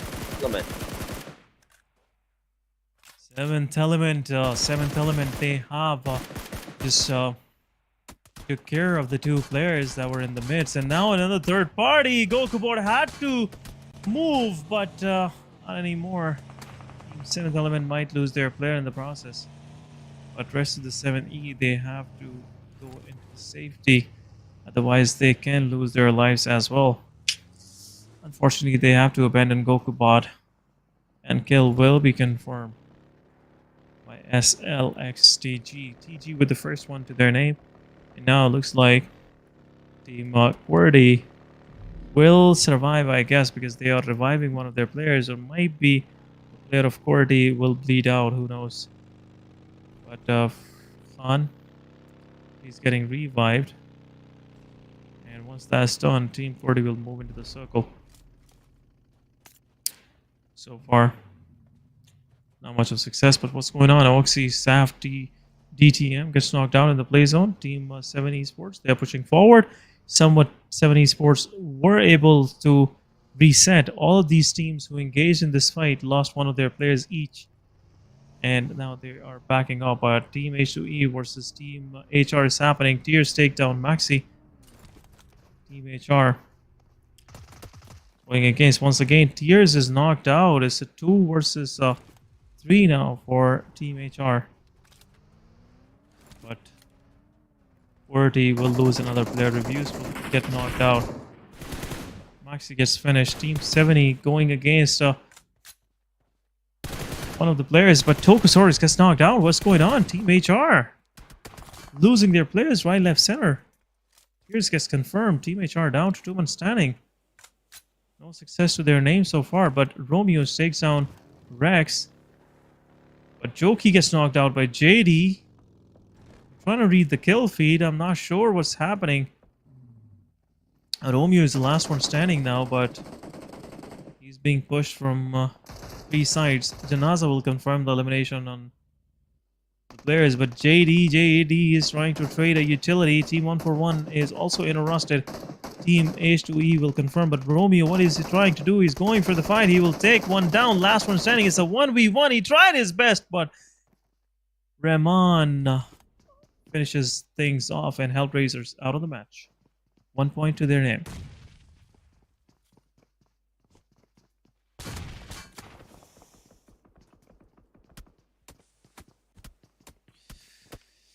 Okay, on the other side, Team RD Buzzet takes down Tokusaurus. Team 70, they have 1 kill to their name. They are in the midst of Minaj and Rawless, right in front of 52 Esports. 52 also 3-man standing. If Tokusaurus gets revived, Team 70 will have a chance of going into a full-fledged fight against Team 52 Esports. They gotta finish things off. But the spread from 52 Esports is kind of slightly more confusing. But Torix, 52 Esports Hassan, he's trying his best to actually take one of the players down. Definitely, they will take the players down, and now with HR being eliminated, Team QWERTY is also facing a lot of struggles. And there we go, Freestyler gets that final blow in the head, gets eliminated, making sure now that the rest of the teams that are surviving the top 14, but on the stage 4, we are seeing the top 14. A super small radius has been formed up, but 14 teams standing in that, it's a big disaster. It's a big disaster for the team. I mean, like Shui, they have so far 4 eliminations, but they have also lost 2 of their players. Se7en Esports, they have lost so far 3 of the players, out of which 1 is still struggling, being knocked out, and the 4th one has to go for the rescue. But Se7en Esports against the Team 52 Esports right now. Chodu coming close to the T24 OP. T24, on the other hand, he has thrown a Molotov in his way, like stopping him in his path, but there goes the grenade. It's gonna hit. It's gonna make Oh, sure nice that one. the T24 OP leads. But Those. no, Hassan, 52 Hassan is going to be the guy that faces the aggression from that, and both of the grenades did not do a single damage. And this is what's surprising me. T24 was right on the range of the He was grenades, but outside the no wall. connectivity. No connectivity has been done. Divine, he's there. He's rushing towards the Team 52 as they're right now down to the last 2 players. Hassan gets 1 down with the DBS. He's going to confirm it up, making sure that at least he takes 1 down with him. But now, Team 7th Element, they're going to be angry about it. They're Oh, going to Divine gets express stuck. but Divine gets stuck, gets knocked out. Hassan Oh, comes in for the rescue from Hassan. the backside. It's a 1v3 against the 7th Element. With those amazing shots and those eliminations, 52 Esports is going to be the one that survives this match. Esports, 3 eliminations to their name, still surviving. Lost one of their players in the process. But that was show 2, Team 52 with 3 points. Now Team 70 is out. The Team QWERTY is out. HR is out. 3 of the players, 3 of the teams leaving. But at the same time, Team Freestyle going against Team SLX. SLX reviving one of their players. Recon is right in the midst. Momto can have an angle on that player, but Zerbov will have the position. There you go. Momto knocks the players out. Zerbov will push forward.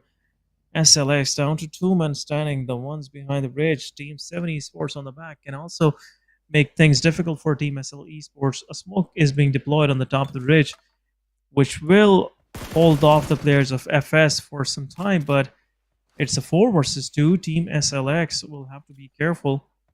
It's a 2 versus 2 in the immediate vicinity, but at this moment, I feel like Team SL is on the back foot. They will be defending their position. They're not going to aggress any further. But in the kill feed, Team Magnus Esports takes down one of the players from Aegon XI8. Malik on the there's 52 Esports of Salman also gets knocked out. Zigsaw is knocked out. Last one night, OP is a 2 versus 1.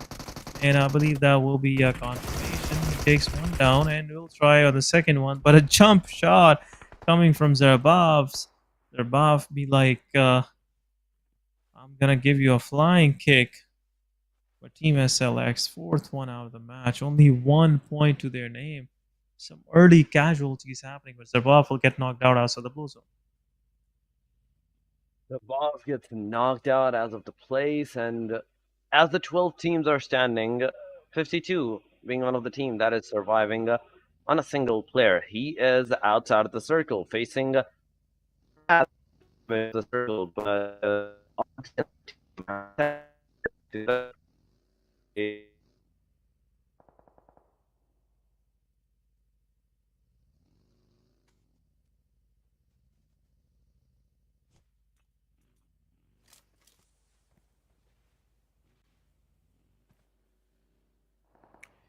At this time, looks like the circle is about to shift, and another shift really helps Oxy Team hashtag Team 7 Esports and Freestyle to just anchor themselves right on the ridges of Junkchar.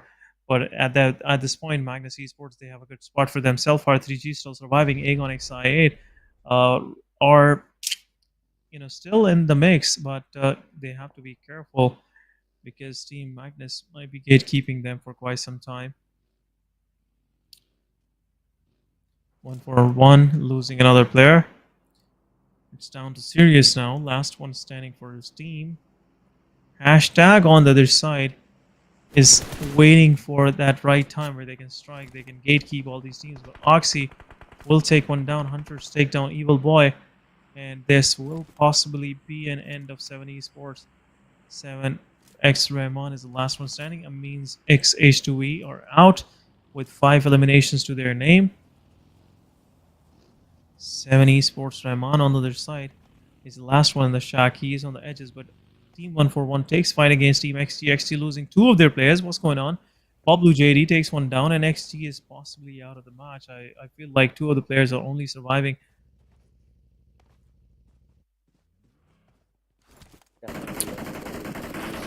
Aegon, where they have been for quite this time. They've been silent throughout, but now they are making things difficult for Team RD.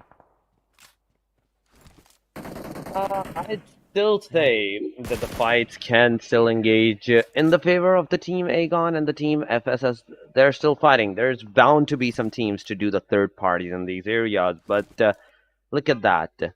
Another team gets eliminated on the hashtag number 10, and that was the Team 141 XW, but Aegon. All the 4 players standing inside of the circle, inside of the 5th stage. It's a good start. I'd still say it's a good start, and they can finish off headstrong once again into the match. But the location that they have, it's kind of struggling. The lowerage that they have, the compounds, even though that they have secured, Team FS can easily overturn into their favor that complete situation. But the fight is happening on the Team Oxy and the Team hashtag side, as the hashtag loses yet another one of its player, Jat OP, being the guy on the receiving end, being knocked out. XGeneration during that time with the 2 eliminations gets eliminated. Endless once again confirming his kill. Team hashtag finally on the 2-man standing. Oxy GG's. 8 teams in this small of a radius, and a single wrong move from any teams, as we have witnessed from the Team hashtag. They did a wrong move, and Judd OP was instantly knocked and finished at that time. So there is no room whatsoever for any kind of mistake. If the teams do make it, they're gonna be, the penalty that they're gonna receive is death. Definitely, that'll be a death penalty. No, in between punishments. But look at this team. Hashtag losing their players. Now they are in the dead center of the map, and possibly R3G will be eyeing on their position, and in a moment or so they will be pushing them, and that will be a quick exit for Team hashtag. Once again, they had the good position. They've been blessed by the circle to this extent that they are now in the mid of the circle. They could have survived for quite some time, but now after losing 2 of their players, they are in a pickle in this very moment. Team Aegon excited. Ghost takes one of the players down from Freestyle. Wasu will get confirmed, but Uzum with the utility takes down Black. It's 2 of the players from Freestyle are down, but Magnus on the other side takes down Team RD. RD losing players as well, meanwhile, and Team Aegon, they are pushing forward. MGS pushed by, he was trying his best to take down one of the players of Team Aegon with his Mini 14, but Magnus Esports closing in. RD, they're fighting back. Pinkman it is. And the one, making things difficult for Team Magnus Esports. Magnus have 2 of their players knocked out, and if one more gets out of the mix, it will be a problem for Team Magnus Esports.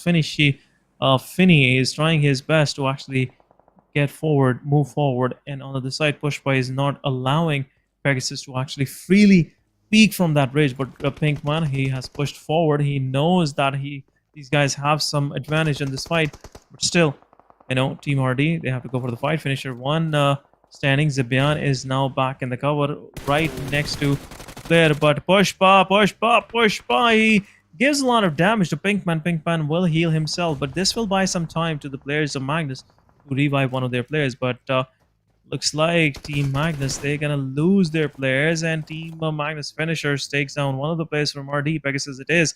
Buzzed with the utility, can knock one of the players down, makes it half HP for the players, but this will be an overcooked grenade, and now Finisher being bombarded with more. Buzzet low on HP. It's Pinkman. It's down to Pinkman. Last one standing. It's a 3 versus 1. But Aegon Excite will takes down Buzzet. Pinkman last one standing in this situation. And it could be an end. Aegon will confirm the kills. And Team Red Death is out. Top 5 teams. 7 eliminations to Aegon Excite. And this could have been another... this could be another chicken dinner for Team Aegon because there's nothing much left. Oxy with 4 men. Team R3G could be one heck of a competition for them left in this match. But Team Magnus, they are just trying to survive. They are just trying to keep their players, up in this match. But Pushpa will bleed out. Unfortunately, Team Magnus down to their 2-man standing. Magnus down to their 2-man standing. A top 5 fight. Se7en, finisher, in a complete different array. Se7en taking the shots on the Aegon XI8. IQ gets taken down, but right at the instant, Uzum came for the rescue. Finisher pushing forward to the Aegon side, but from the back angle, he has to also be wary of the different teams. As a Team Oxy, there's a Team R3G, and even I believe the team is means, but I can be wrong. But Magnus finisher, he's going reverse. He's trying to be Lightning McQueen with the reverse pushes that he's right now doing, but finally, he's going to make his way inside of that circle. Se7en, he's giving out a little slight bit of cover. The cars are already deployed in such a way. The Team Aegon, as soon as they're going to come top of the hill, the first thing that they're going to notice, they're going to try to shoot at are those cars. But R3G, you have to be careful. Even though 2 of the players are in the circle, there is no possible way for that angle to give out the cover to you, for you to get inside of that circle. So every single player has to be their own cover. Vaz slightly at the top of the mountain. Oh, no way, Hunter. This was a mistake.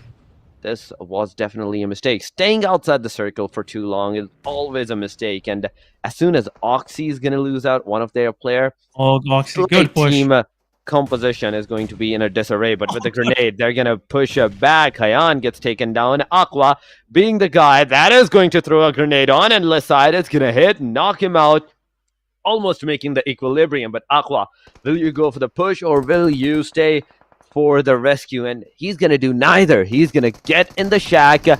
He's going to prone down and wait for the Team Oxy to push forward on him. But there's the predictive spray from the TDM, and he gets that confirmation on Aqua, eliminating the team. And now, finally, yes, and we are down to the top 4 teams that are surviving. Aegon with the complete squad. R3G with a complete squad, but Magnus and Oxy with 2 players standing at their disposal. Magnus is taking the initiative against the Team Aegon. Uzum knocked out and finished up completely, leaving the Team Aegon to a third party. Three-man standing. IQ with this beautiful grenade, knocking out Se7en as well, making Finisher as the final hope for the team. But Finisher with the utilities, he's going to try and make sure that he at least take one more player down before getting eliminated. But he also has to be wary of the back angle. That is the Team R3G. R3G can also push forward. Aegon XI8, they are pushing to the Team Magnus's side. The throwables are being deployed on the Finisher angle. But Naki, he has the potential, he has the angle that he can not only take down a Finisher from that point onward, but at the same time Team Aegon. And there we go! Fire from Naki's side finishes Finisher. And now Team Magnus is no longer into the game, viable for the Miramar match. 9 players and 3 teams surviving. It's a 4 versus 3 versus 2. Aegon lost their player, and now they will be thinking, okay, we shouldn't have lost that player, because now it's the much needed point in the match where they are in need of that support, which can lead them to winning this match. But Oxy, they have settled themselves pretty nice and tight in the circle, and they just have to wait for Team R3G going against Team Aegon, so they can just scavenge on the remainings of both of these teams and can get the chicken dinner eventually. But it's match number 3. Oxy, the way these guys are playing, especially endless continuously, this guy has been a constant wind of change for his team. But now Team Oxy realizing Team R3G, they have closed in. Aegon and R3G gotta go heads on with each other, and this could have been possibly a backstab coming from the side of Team Moxie. It's stage 9. Team Moxie have to move forward as well. Team R3G, 4-man styling, slowly and steadily pushing in, just trying to avoid getting knocked out. But there you go. Team R3G takes down one. Falak is low on HP. IQ is the one right now taking the fight. Noki is knocked. Avengers takes down Ghost. It's a 2 versus 3 now, and in the process, Falak plus gets knocked out as well. But Team Agonic side IQ takes down Oxy Endless in the meanwhile, and this will be an end of a Team Aegon XIA. Team R3G, they are about to taste their chicken dinner, which is not that far. SAF DTM, last one standing. Team R3G have no idea who is surviving because they haven't flushed the kill on Oxy Endless. If they will definitely know. And now this is that time where Team R3G will realize it's only last one standing from Team Oxygen, and it will be a possible end. SAF DDM takes down one, tries to go for the fight against second one, but R3G winning the match. It's Aegon, then 7th Element, and now R3G. Top 3 teams R3G finally, once again getting that winner chicken dinner. I'd say as they were surviving with a complete squad, it was a must chicken dinner from their side. The total of 7 eliminations and 17 total points for the team. Overall standing for this team after this match is going to be on the hashtag number 3. But guys, we will have to go on a short break.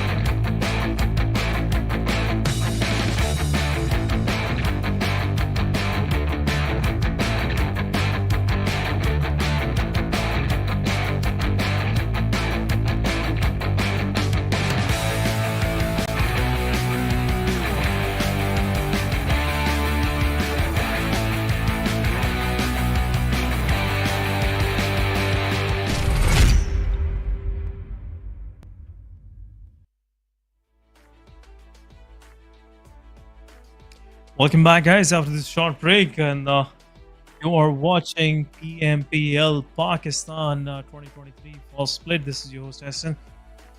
With me is Torix once again. Torix, kind of a slow pace match at the end, but it was quite chaotic early on. We saw some early finishes. It's happening, third parties, right, left, center.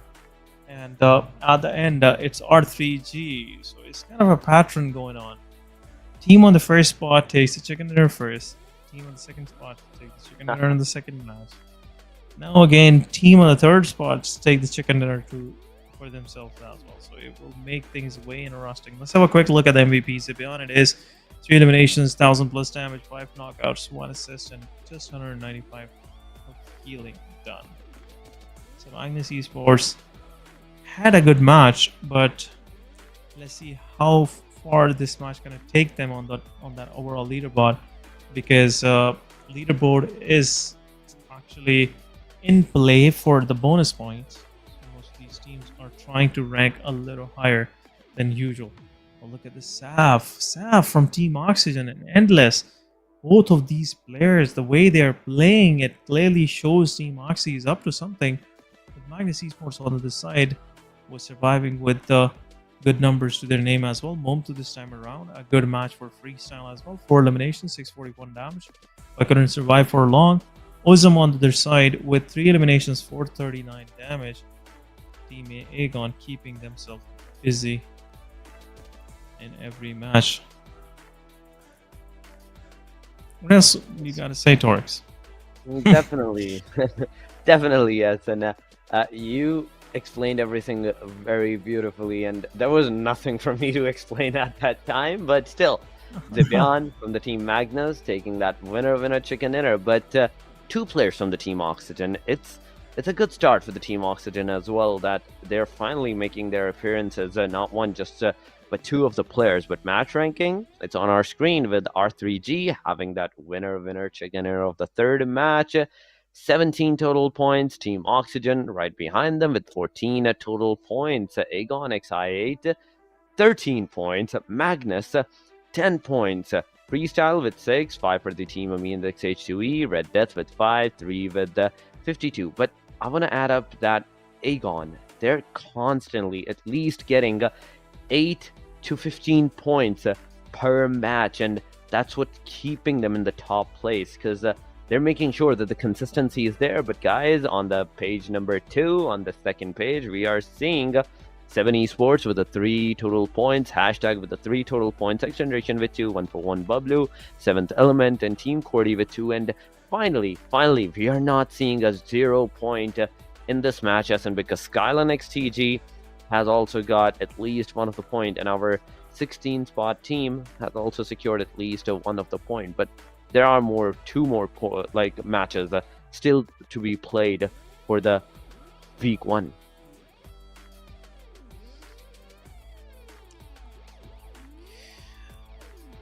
I'm trying to think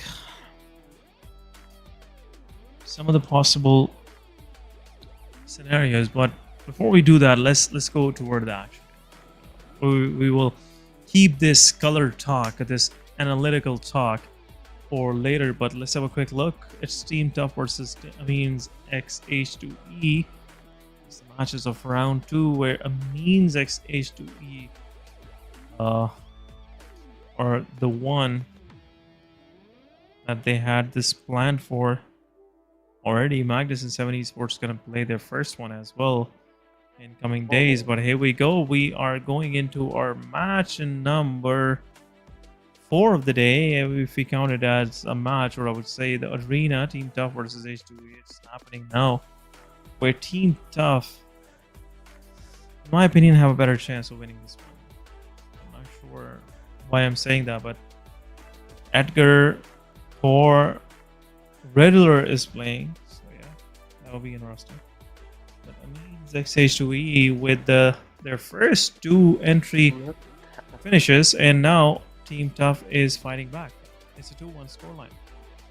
It's a 2-1 score line. Amines with the utilities, they got the first 2 initializations against the Team Tough. Oh, good one.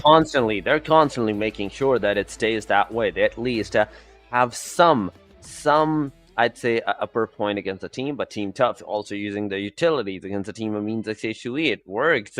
It got them a higher number than the team Amines XH2E. But Rex throwing first a flashbang, and right after that, I'd say a struggle to shoot at the players. But as soon as he went back, there was inside of that warehouse Edgar waiting out for him, eliminating him, making the score line of 5-3 in the favor of the Team Tough. And there we go, another knockout on Rahman, another elimination, 6-3. It's a complete half-point distance at this moment.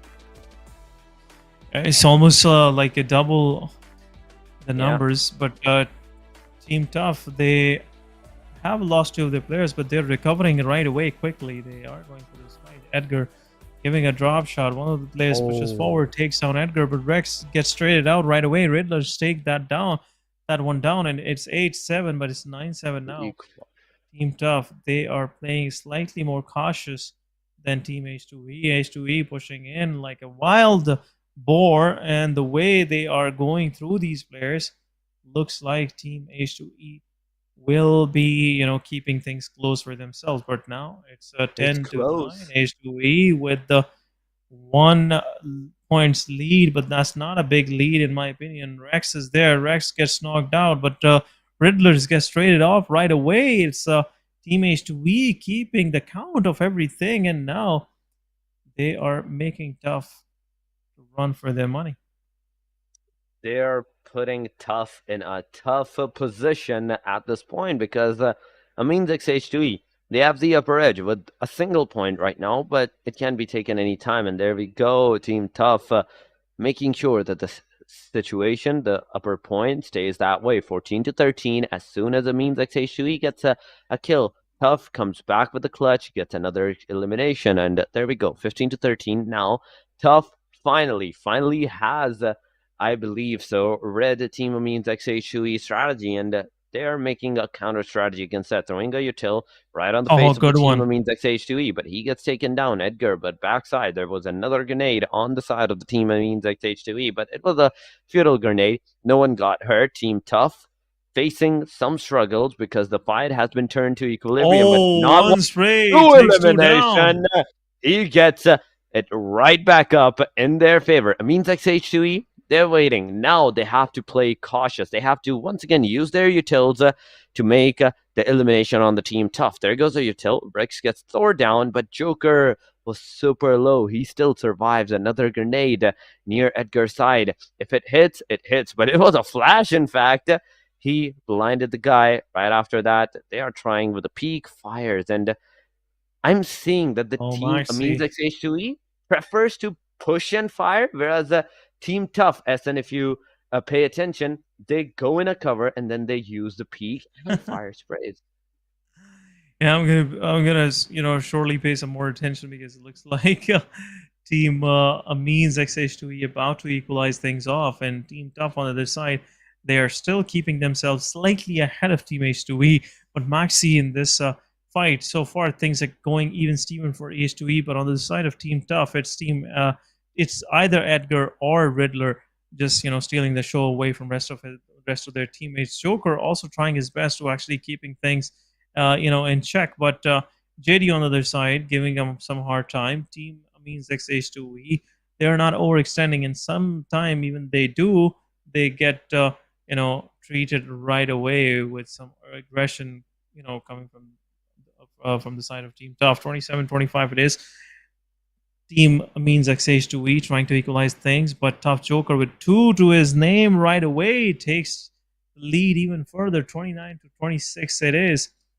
Joker just gets eliminated, but still, Team Tough, they are pushing close. They are keeping Team H2E, close to their spawn so they can, mount the pressure even further. But Tough Thor, he's trying his best. He gave some damage to the player of Amin against H2E. Joker with the util takes one more down. It's 30-26 now, Torix.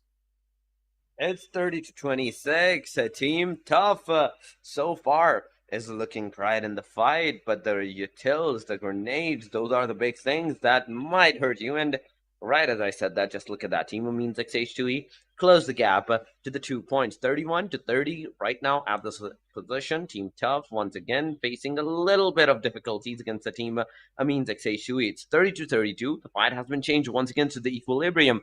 The throwables, the utils, knockouts, and eliminations are what's going to matter the most right now. It's going to give the Oh, it's upper edge 30 to to the 32. teams.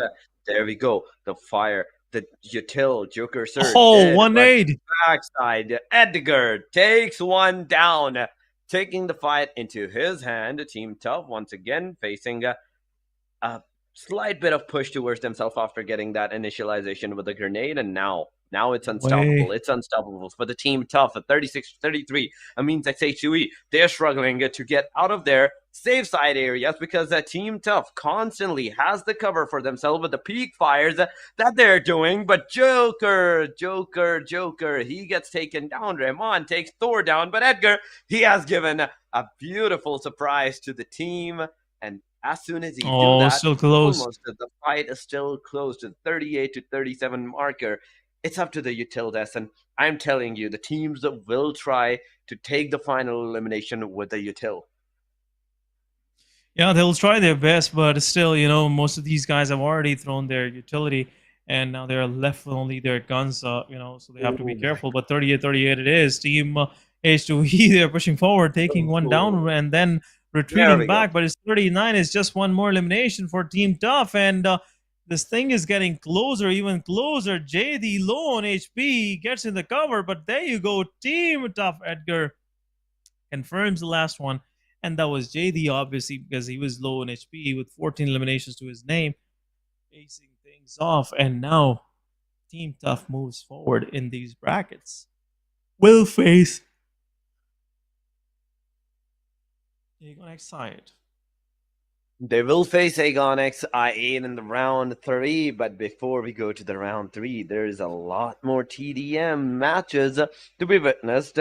Similar side, the next one will be of the 52 and Team AS. Then we will see Magnus and Se7en Esports, R3G to the Freestyle, hashtag to the Team QWERTY, SRX3X to the Red Death, and Seventh Element to the XGeneration. And after that, we will go forward to our round 3, but TDM talks in the next TDM. But right now, next match will be of Sanhok, which compromises of Group A, C, D, and E. B this time will be on the benches, SN and Sanhok.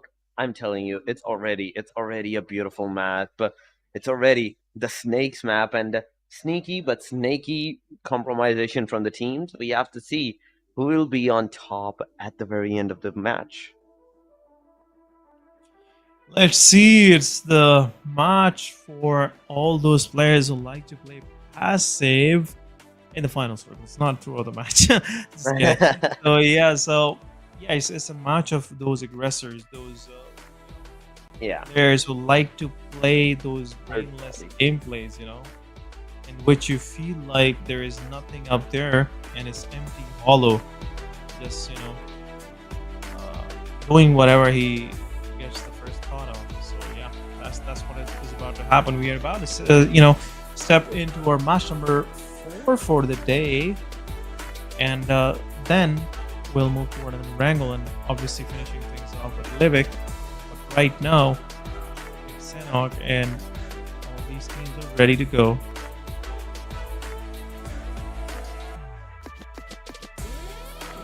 Definitely, yes, and all these teams are ready to go, and Sanhok will be decider for those how they are going to take that aggression, how they're going to take that third-party aggression, first of all, and the early stages aggressions for themselves. In the early stages, we might see some third parties, we might see some flash drops for the teams, from teams against each other, and at the similar angle, at the similar side, there might also be some of the things where the teams like to play passive. They go at their certain drop locations, and as soon as they see another team coming close by to them, they just completely diverge their path, go at a different angle, go at a different location for themselves. But right now, we can see the players getting ready.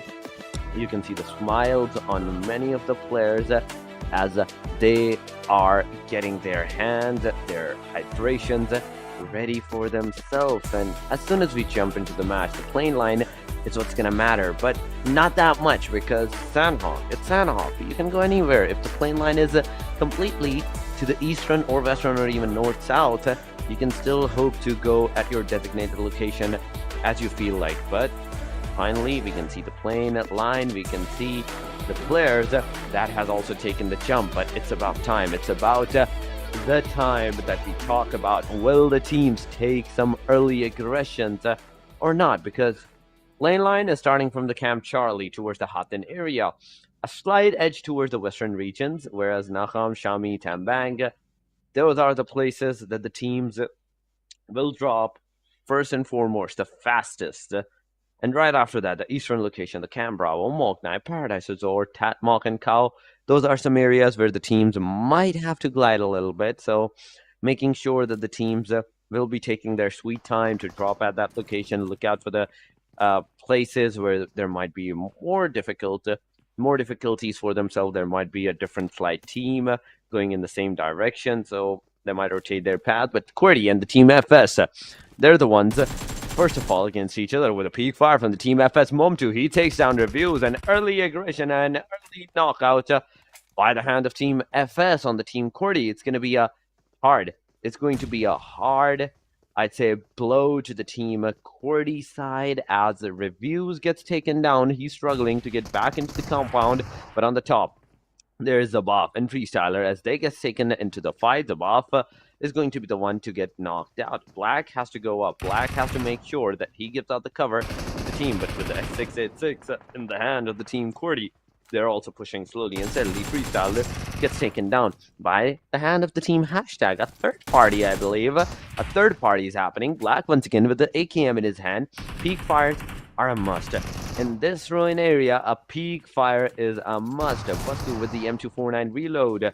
Voltrux was waiting out for the moment that the player pushes on him, and the player not only just pushes, but gets that elimination on towards the player. FS staying headstrong, aggressing on the team QWERTY, but from the backside, there's the team hashtag that is pushing. Khan can possibly hope to get some initialization on the team hashtag, but as soon as he's gonna throw the fires, as soon as he's gonna start his fire on the team hashtag, his position is also going to be revealed to the team hashtag at their disposal, because hashtag only has joined this fight in the ruins with 2 of their players, and the rest of the 2 players we can see in the minimap, they're kind of scattered. But there we go, the 3rd elimination in the hand of the team FS. They're going to fight with the team hashtag, but hashtag coming in headstrong. Aqua 88 fighting on Vasu, taking him down. Zabuff giving a slight cover against Momtu. With that angle that they have, both of them are going to throw a grenade against the team hashtag in hopes that the team hashtag pushes forward. One of them changes the gun, and the grenade or even the fire from the AKM side hits out the player. But Zabuff, his grenade did not do any kind of damage. The other player, Black Spray, could not do anything, and all the 4 players right now, I'd say they're stuck. It's the same position that they did with the team QWERTY is right now happening with them by the hand of team hashtag. Hashtag, in my opinion, right now, they are pretty nice with their positioning, but in the kill feed is SL going against Team HR, and HR is the first one leaving the match. Romeo Boy gets confirmed, and Team HR, I believe they're down to the last one standing. It's still no reports of them getting eliminated right away, but Team hashtag holding off the players. They confirmed one of the eliminations. QWERTY Khan, the last one from Team QWERTY, still surviving, but Team hashtag have to come up with a plan to actually march through this ruins. Otherwise, Team XG will also join in from the back, and it will be a full-fledged fight between 4 of these teams. It will be a difficult one, but still, I would say Team hashtag have to be careful. They cannot let Team Freestyle escape from here, because if they do so, Team Freestyle won't let them survive for any further. But Team QWERTY gets eliminated. Team 141X Pablo Janaza takes down the last one, and Team QWERTY is out. QWERTY is out with that hashtag. Once again, completing, I'd say, their concentration on the team FS. Now it's up to the 4v4 fight against the team hashtag and the team FS. But Hyan, look at his gun. It's an 1896 pump action shotgun. A single shot, even in the mid-range, can be devastating for the players. And Black with the Thompson 50 bullets. I don't know if it's 50 or if it's 30 in the player's hand. This is the bigger question, because it makes a whole lot of difference at that area. But Team Tough, Team Magnus, they're taking the fight to the initiative, where Team Tough, M7X, he gets taken down. There goes the cars. They are trying. Magnus is trying with the cars to confirm out the player, and at the same time, scout out the rest of the players. But the Team Tough, they are not even slightly giving out their positions. You can see Tarzan in the compounds, Edgar in the clothesline vicinity, but M7X providing the whole location of the rest of the team Magnuses, but now he gets finally made eliminated. Fight on the other side, where hashtag and the team FS was happening a while ago. It could have started a while ago, but no, it didn't. Finally, it happened. Hyan took down some shots. He was almost on the verge of being knocked out, and if he had been, things would have been different. But no, Magnus on the other side. They're pushing finally to the team Tough, but Tough giving the retaliation finisher completed faster. Super knocked out at the position, at the point, but the Molotov, the throwable that the utility used by Magnus's Mullik has done a lot of damage on the Team Tough side, and even Team Tough is facing some casualties from a third party. SRX at 3X at the Beyond gets the last player, Edgar, down, and Tough, I believe they are still surviving us, and with a single player. AS, on the other hand, they're taking the fight to the Team SLX. Ami Hasni taking some shots on the Zigsaw.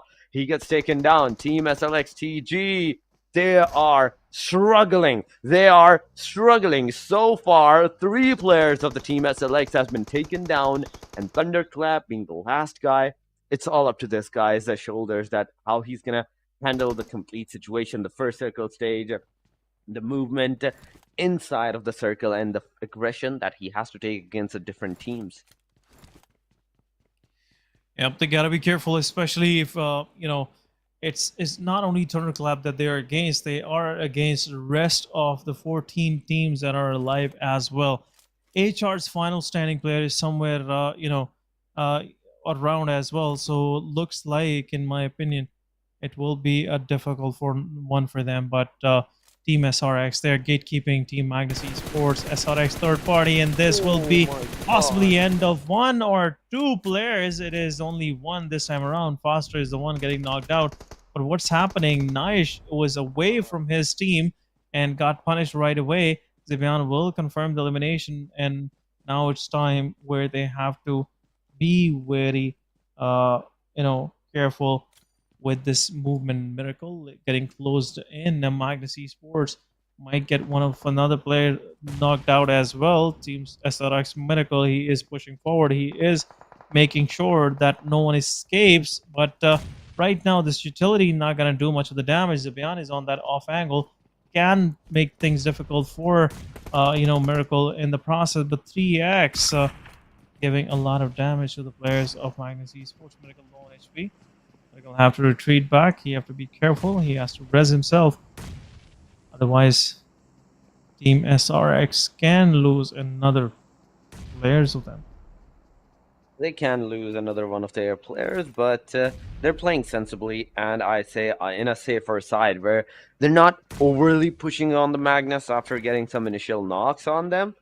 And I think that's a sensible move. That is a good move that every team, every player should take. Before at least getting 2 knocks, you should not push on the player. But with the grenade in the Malik's hand, he's going to throw on the side of the Team SR3X Miracle. But he survives. He still is going to be alive. But outside of the circle, he's not only making things difficult for himself, but also for the Team Magnus. It's a double-edged sword where he's making sure that the Team Magnus takes as much damage as possible from the circle. He's also on the receiving end. He's the sole holding a guy that is making sure that the Team Magnus stays at the bay as the rest of his team continues inside of that circle. But Miracle, the door has been destroyed. The backfires, the front fires are happening. Miracle with the DBS in his hand.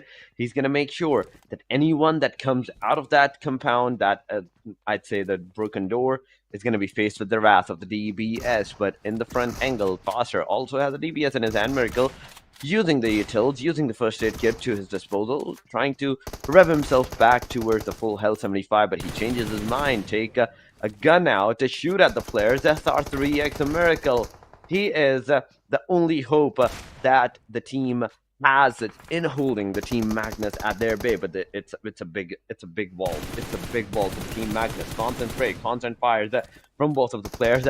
There's Magnus's player that can come from the back with a clutch. Miracle from the bottom on his legs can be shot if the Team Magnus decide to go into the back of the house and go just prone. They just have to prone. They just have to look out for the opening. 1 shot, 2 shot on the leg will force Miracle to push forward towards the Team Magnus' side. But Foster, Malik, both of the players, they are still there. The grenades are also coming close by into the vicinity. Foster gets out of the house, and as soon as he's done that, Malik also takes some shot on the Shahir boy. Shahir boy throws a Molotov in the way, and both of the teams, at this time, both of the teams are finally, I'd say, struggling. But there we go. Miracle fired, finally hitting Miracle, and he gets taken down. Foster taking down Miracle, and at the same time, just look at that. Shahir boy comes up for the rescue, eliminating Foster, getting the Team Magnus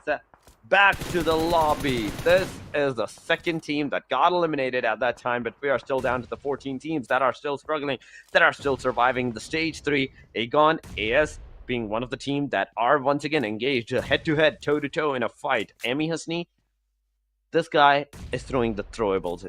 This guy is trying to make sure that the throwable at least hit the players.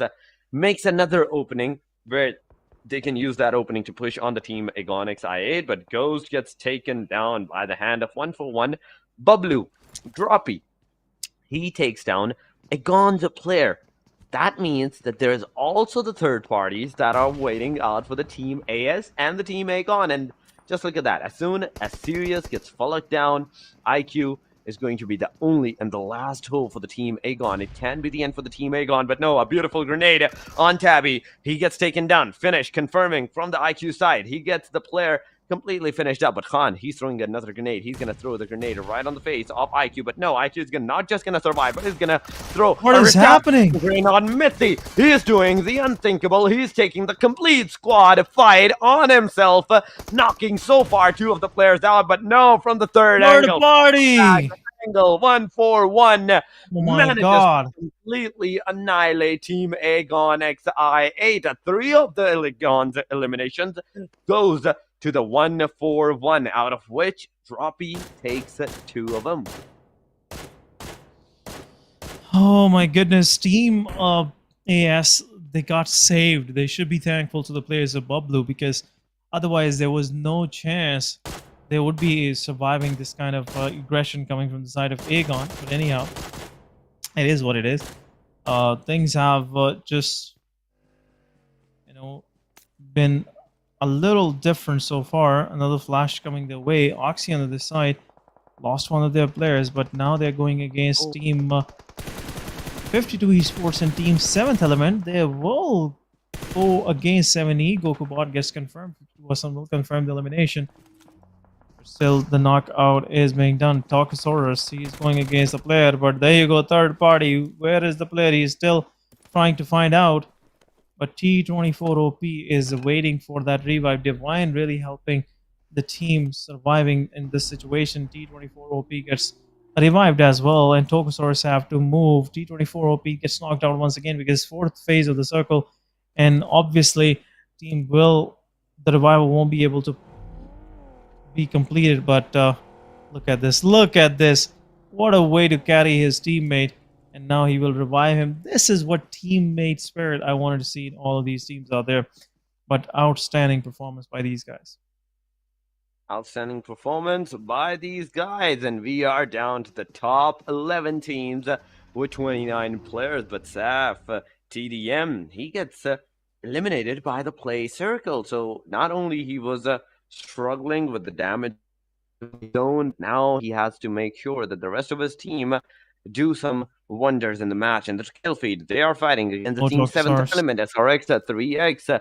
Miracle being one of the player from the team SRX 3x, as they have 4 eliminations for themselves. They're also trying to make sure before they enter the circle, they make sure that they look at the close line, but it's not the same color on the minimap. As in, there is a team close by to Miracle, and it's none other than the Team Star. Miracle doesn't even have the slightest of idea that what the Star Skull can do to him in this regard. He can not only just give him a surprise element, he can also completely destroy the team composition. But the fire from the Team Oxy, it's non-stop. Team 7th Element, they're struggling. Tokosaurus gets taken down as he was traveling in the car. Finished up. Oxy Hunter taking yet another elimination on the hand of the Team 7th Element. Oxy, they're struggling at this point now, because the circle is not just gonna make sure that if you don't have a first aid kit, if you don't have a good amount of first aid kit, you're not just only gonna survive, but you're gonna give the kill out to the play zone. Icebreak, he might be the guy that has some first aid kits on himself, but I think he's in the water. He is in the water, but Oxy Hunter, he gets taken down. A Miracle, once again, in the backside, can be taken down by the Team Star Skull. No extra moments are being done by the players. Miracle's location is already known by Team Star, but there we go. The fire has been done by the hand of Miracle on the 7 Esports 7th Element, T24. He is struggling, but Divine with the spray takes out Miracle. Miracle. It's up to the SR3X then to come for the rescue to revive out the player, but hashtag Flanky on the other side against the Team HR. It's finally happening. Hashtag taking the initiative against the Team HR. Somewhat They are struggling because Flanky was outside of the Oh, circle. nice one. He was in the water. He couldn't have survived at that point. But Aqua, just look at that. Not only he took down the player, but also he secured the final elimination. That was in the water. That was in the water. 2 teams eliminated by the team hashtag. And right after that, they are going for the rescue of their player. That is Flanky. Top 8 teams and 20 players alive in this match, SN. Yeah, looks like we are down for some more action left.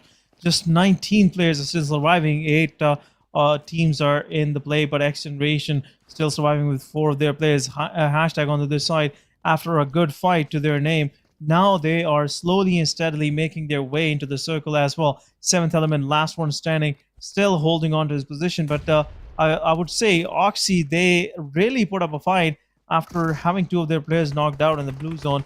But still, there's a long way to go. Team have to be careful because it's not just the end. Now they have to be more precise with their gameplay, with their strategies, because this can lead to them cementing themselves in the top positions. But anyhow, looking at the situation right now, looks like Team Amy, team not Amy as seen as Team AS is slowly and steadily trying to push forward, but he was the last one standing. Hashtag Aqua will confirm and goes on a domination. This could be that match where Hashtag will be positioning themselves on a better position on the leaderboard. And there you go, Aqua confirming another one. This could be the 4th one right then and there. God. And Team Hashtag right now, 4-man standing, could possibly go for this chicken dinner. They can possibly go for that winner chicken dinner because there are only 3 teams with a complete squad still in the match. The rest of the 3 teams out of the 6 teams that are surviving, it's a 4 versus 4 versus 4 versus 1 versus 1 versus 1 SN Star, FS 7th element. They're on the receiving edge. They are struggling so much that a single wrong move will lead up to the complete team demise. But 1-for-1, hashtag and XGeneration, 3, 5, and 6 elimination respectively to the players, to the team right now. But 1-for-1 struggling a little bit. One of the players has been taken down, has been knocked out. But XGeneration, they also have to make sure that they look at their backside where the team star is coming from, FS Mom 2. He has also spotted out Janaza. The shots did come from this guy's side, and right as he shoots on Janaza, Janaza is going to face a lot of damage, retaliate with some shots, but Mom 2 gets into the cover in time, gets into the position where he has a, I'd say, a hard angle, hard cover for himself at that position. But XGeneration, talking about them, Team Star, they can do a backstab on the players, but no, they are spotted. XGeneration takes Star down, and with that elimination, only one Team Star goes back to the lobby. Team FS, it's up to them, but another grenade from the hashtag side dusts a complete freestyle with the 3 eliminations to the backpack. Hashtag number 5, Team FS gets eliminated. It's a 4 versus 4 versus 3. In fact, almost a 4 versus 1 scenario, but now it has changed to 3 because XGeneration Psycho confirms the Janaza skill.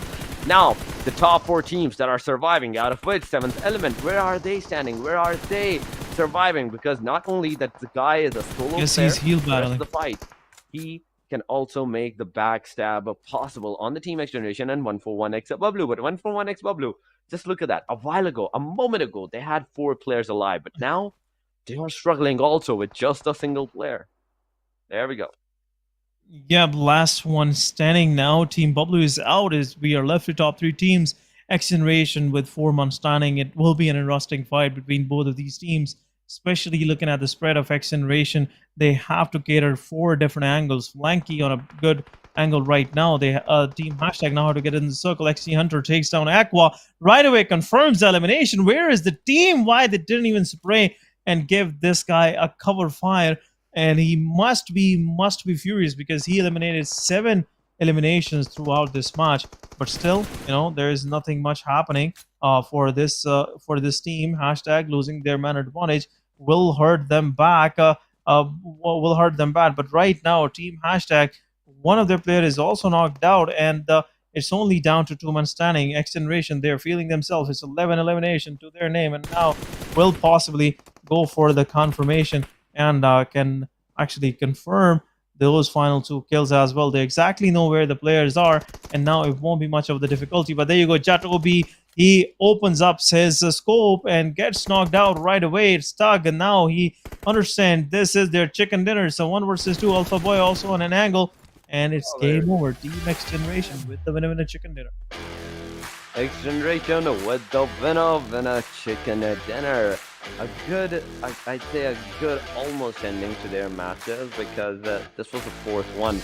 This was the fourth match in fact, and now with the chicken dinner that they have, a total of 24 points, and in the overall standing, they're at the hashtag number 4 with 2154 damage. There are still some more matches to be played by the teams, and we will have to see how the teams will go for that. How will the teams go for that aggression in that match, because week 1 after today's matches will completely end. The bonus points will be distributed amongst the team according to that. But right now, the match number 4 has finally finished off, and guys, we will take a short break.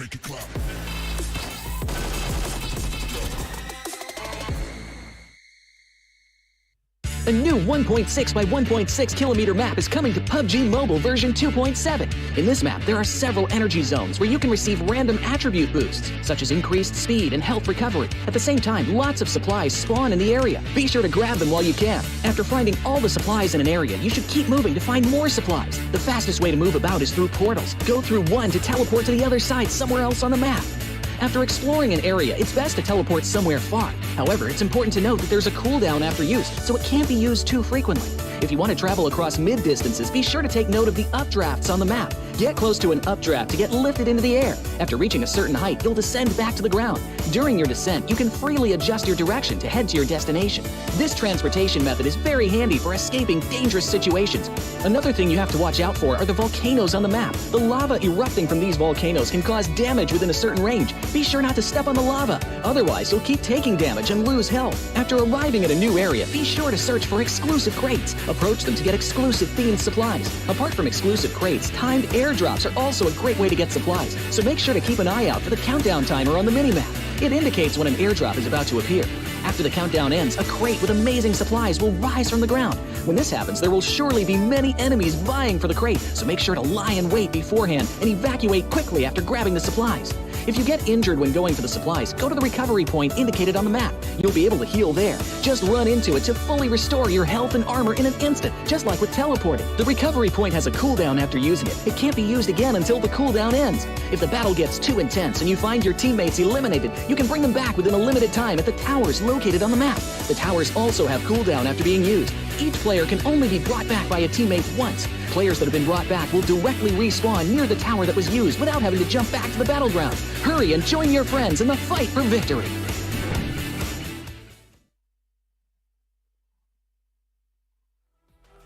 Welcome back, guys, once again to the PMPL PK 2023, the fall edition. We're once again, after the 4th match, we are back. This is Torik, and alongside with me is going to be Se7en. So, Se7en, first of all, welcome back. And now we have to see who will take on a good match for themselves. Yeah, let's see Sanhok. It's over, but let's have a quick look at the MVP stats. His hashtags Aqua with 7 eliminations, only just 81 healing done, 798 damage. This guy was seeing these players like footballs in the field, I must say, because that's what happens when you have like this calculated damage and this kind of elimination points. What a performance from hashtag. It will really be a road to the redemption, I must say, because hashtag been under a lot of fire, a lot of criticism, and now this kind of performance will really fend off a lot of these things. But anyhow, at this point, I feel like hashtag, it was much needed. They have something to cheer about, which I feel like, in my opinion, will really take them forward in this PMPL. They can be happy for something. This kind of performance really will be a memory of past one day, I must say, but it will be a good one. But let's have a quick look at the top players as well on the side. Top players, in my opinion, are mostly from XGeneration. We are seeing AS Khan as well with 3 eliminations to his name. Then we have Freestyle's Momtu with 3 eliminations. Momtu coming back to back in the top players rank. Really looks like he is up for something. And if Momtu and Zarbov starts, performing, and if Vasi starts performing like the way he was in PMPL, I would say 2022 fall split. It would have been a different ball game for all of these teams out there. Freestyle is gonna come hard and strong, but Thug once again 3 eliminations, 631 damage. Hunter with outstanding performance. What a find, I must say. XGeneration, they have a great lineup this time around as well. XGeneration with this chicken dinner gets 24 points. Hashtag with 14. 7th element once again consistently performing with 10 total points. AS on the side with 7. Team 141X Pablo with 7. Freestyle with 6. SRX 3X with 5. And Skyline TG with 5 total points to their name, Torres. Definitely, yes. And the first page concludes right at this position, XGeneration, where the position, the fight that they took at the last moment, it was a great start. It was a great fight to their name. Not only it was at a while ago it was a 4 versus 4 versus 4 versus 1v1v1. Not only that they managed to go with that flow and win out the fights in the complete section, but on the second page, Team Magnus with the 3 points. The second page, they are struggling, as and look at that. Team Star with 3, Team Oxygen with 2, Team Tough with 2. There was a lot of players, a lot of teams that are struggling right now, and this final match will mark the end for the week 1. After that, where we will also see the Livik match, Team QWERTY and HellRaiser. In this match, they did not made a single point for themselves. Right now, the final match, and for the final match, we have to see the first thing that I want to see, that I am expecting, is the teams have to play it in a risky way, and for that, the teams have to go for that aggression. Gotta be aggressive. It's the final match, these numbers can actually be really helpful. You might be qualifying for the final Livik, who knows. But they have to be careful, because if you are on the edges, like on 11th or 12th spot, you might lose your advantage, or you might lose your chance going into Livik, because Livik, in my opinion, is kind of a freebie. Most of these teams can earn few points for them and can reposition themselves in a better position and can get better bonus points. It's like that final, icing on top of that cake, which is much needed for a finished cake. But let's have a quick look at the schedule. We are going into our final match of the day. Not exactly the final, but the final map of the day. Then we'll go into Livik. It's kind of a show map. As you all know, only top 12 teams, get a chance to play against each other. So Erangel it is. Group A, they are already done with their matches. So B, C, D, and E will be playing. And rest of them will be watching what's going on. Most of them will be watching, and for the Group A, I'd say they right now be praying that the team do not take them out of the top 12, because they want to play the Livik. They want to get that some extra point for themselves. They want to secure it before the first week ends. But right now, it's Erangel.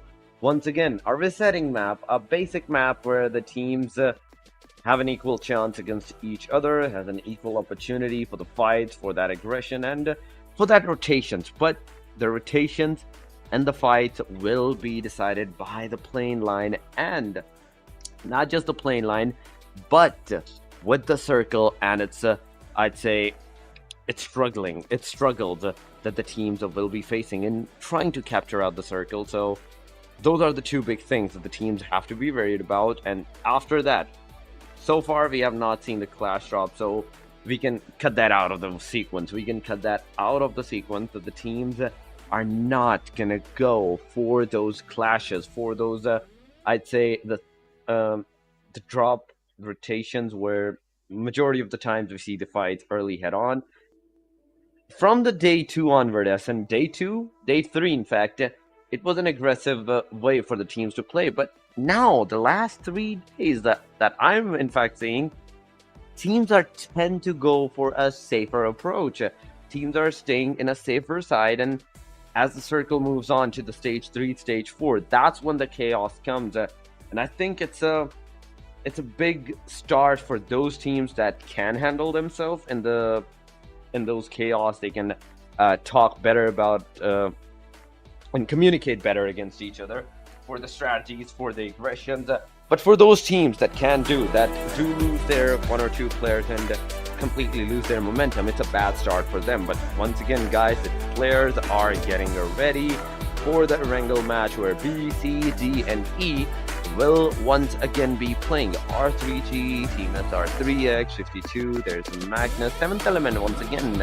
They are back, and this is the moment. This is the moment once again where they have to make sure that the Aegon that is not playing, that they're in the group A, they have to make sure that this might be the move, this might be the match that they can use for themselves to take at least a closer step to the Aegon side, because after that they are bound to play the Livik match. They are bound to play that Livik match, and they can only hope to like conquer some more extra points for themselves. But the plane line and the circle, those are the big factors. Those are the first big factors that I want to look at before I can talk about the teams and if they are going for that aggressive stance or not. But for now, the plane has finally taken its flight, starting from the Yasnaya Poliana, somewhat at a Kamishki area, so a northern tilt for the plane, completely going from Kamishki to the hospital to the western side of the Georgia Pool.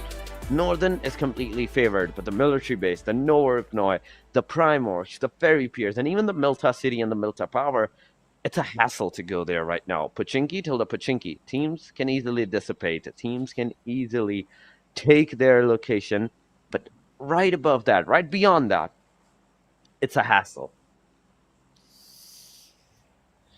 Yep, in my opinion, you're absolutely right with this Torx. Looks like the spread is going to be pretty even.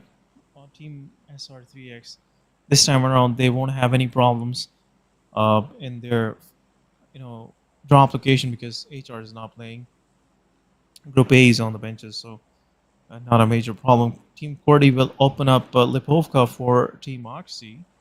So it's open for grabbing, so no problem with that here as well. So most of these teams are playing like reactive plays, based on the teams that are not in the game. They exchange those drop locations. They, keep things in check so they don't lose their players right away. But yeah, good circle. I must say it was kind of a much needed one because we've been seeing some unorthodox circles throughout the day, and now this time around, if we'll see something normal, it will be like a cool gust of wind in this chaotic situation. But anyhow, Team Star versus Team 7X is not happening this time around. Both of these teams don't even dare to get near Se7en because they've been losing their players back and forth. And now this time around, Star also not making that same mistake of going into an early fight because they know this way they're not going to win their matches. They can never get their chicken dinners because if they will lose their players early on, their chances of winning the chicken dinners get to even percentiles. So, yep. That's what they are thinking right now. AS on the other side, this time around, they are also getting close to the players of Amin's XH2E, where Maxi might lose his life early on, and Team AMZ will be down to the 3-man standing. So this spread is pretty even. Most of these teams are in reach of the circle. Only hashtag Team Tough and Team SLX are slightly away, but the rest of the teams are already in their torques. The rest of the teams are already in there, and almost 80% of the circle is contested by the players. Almost 80% of the teams are actually in the circle. R3G being one of the exceptions, 52, close by to them, Team Tough, at the southern angle, at the hospital area, but SLXTG, not even at the quarry area, but even on the western side of the quarry. But we are back here, and there might be some rehosting that might be going Yep. on in the matches. Some teams might be facing some difficulties on their ping or somewhat. But yes, a new plane line once again will be formed because of this, and a new circle. This gives out hope to those teams that will be struggling. But right now, we will go on a short break.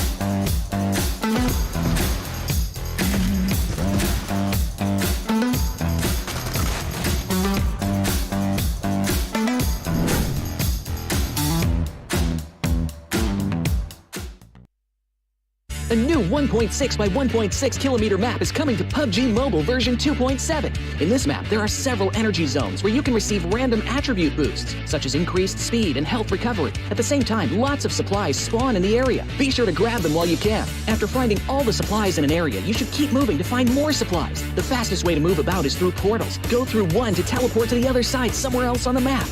After exploring an area, it's best to teleport somewhere far. However, it's important to note that there's a cooldown after use, so it can't be used too frequently.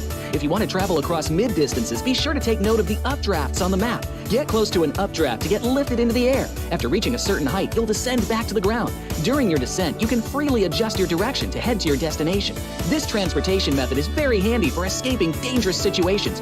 Another thing you have to watch out for are the volcanoes on the map. The lava erupting from these volcanoes can cause damage within a certain range. Be sure not to step on the lava, otherwise you'll keep taking damage and lose health. After arriving at a new area, be sure to search for exclusive crates. Approach them to get exclusive themed supplies. Apart from exclusive crates, timed airdrops are also a great way to get supplies, so make sure to keep an eye out for the countdown timer on the minimap. It indicates when an airdrop is about to appear. After the countdown ends, a crate with amazing supplies will rise from the ground. When this happens, there will surely be many enemies vying for the crate, so make sure to lie in wait beforehand and evacuate quickly after grabbing the supplies. If you get injured when going for the supplies, go to the recovery point indicated on the map. You'll be able to heal there. Just run into it to fully restore your health and armor in an instant, just like with teleporting. The recovery point has a cooldown after using it. It can't be used again until the cooldown ends. If the battle gets too intense and you find your teammates eliminated, you can bring them back within a limited time at the towers located on the map. The towers also have cooldown after being used. Each player can only be brought back by a teammate once. Players that have been brought back will directly respawn near the tower that was used without having to jump back to the battleground. Hurry and join your friends in the fight for victory.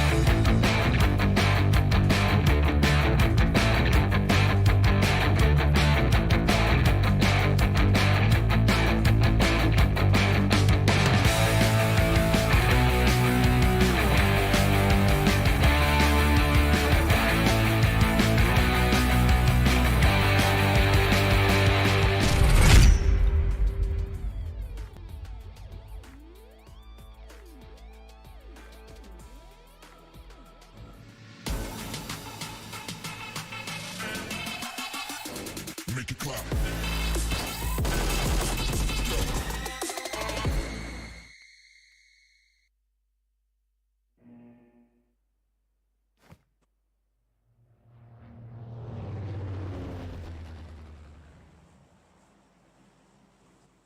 Welcome back, guys, once again. Now we are back with the action. It was a rehost. Apologies for that.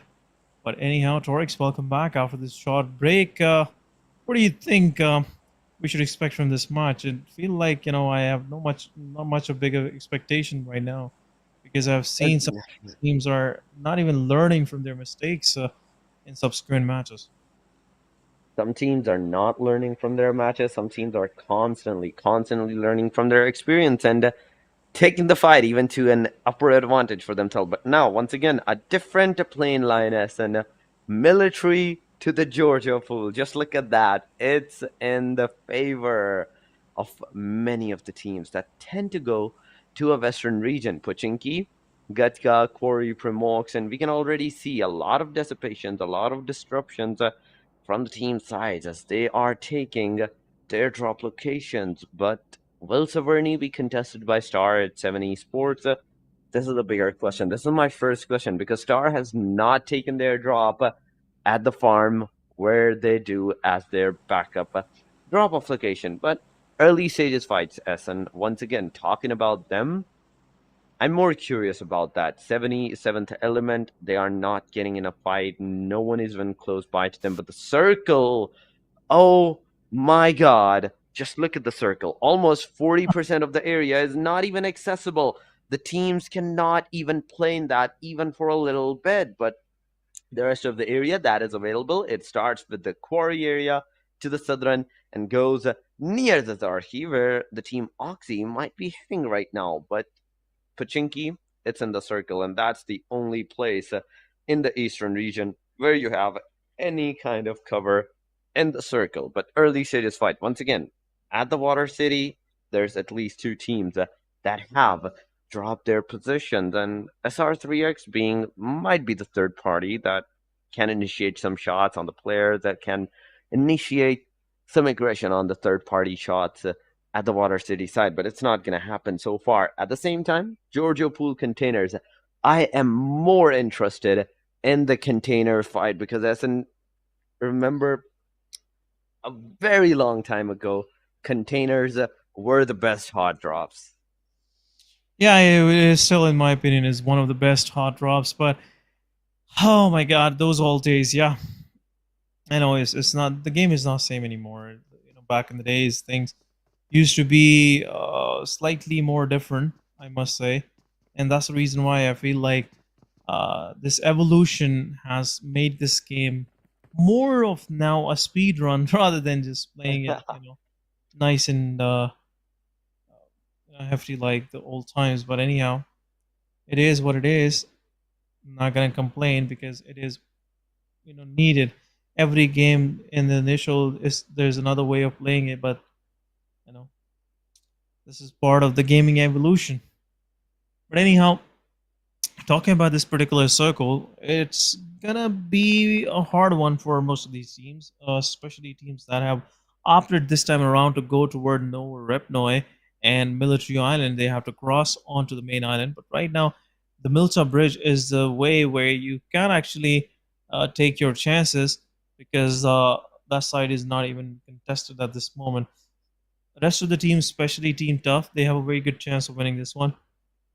I feel like Team Tough will eventually be in the final circles because the way they are positioned, I'm pretty sure Team Tough will get a hint where this circle is gonna end up. But at the same time, 3x there are pretty spread it out in the midst of Godcom. And I'm really liking the way 3x been slightly more aggressive with their approach, and now they are absolutely, getting some good results with it. They are definitely getting some good results with it, but Se7en Esports, they're the only team at the Se7en.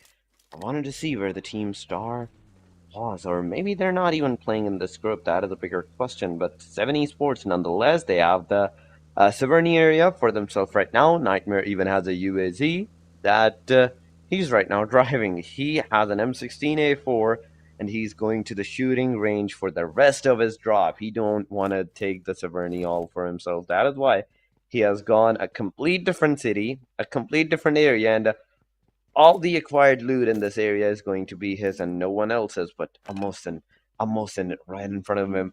I want to see some bolt actions in the Erangel match. I want to see them, but right now, the gun composition that this guy has is a UMP.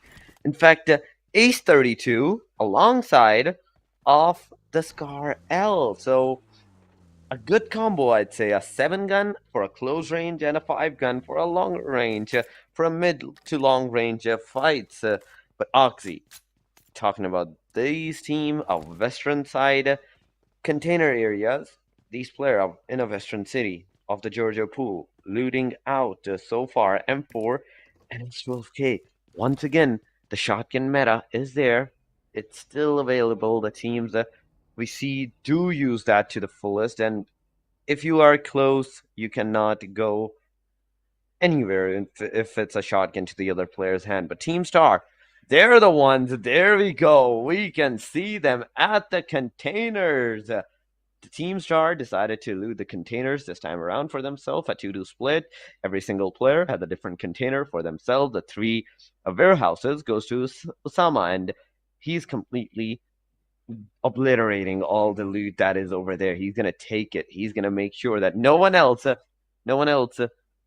takes that up. But still, a good start, a slow pace start for every single team, and I was expecting us in some early aggressions, but none of the early aggression happened. The first lane line that we saw before the remake, it was bound to make some early aggressions, but no.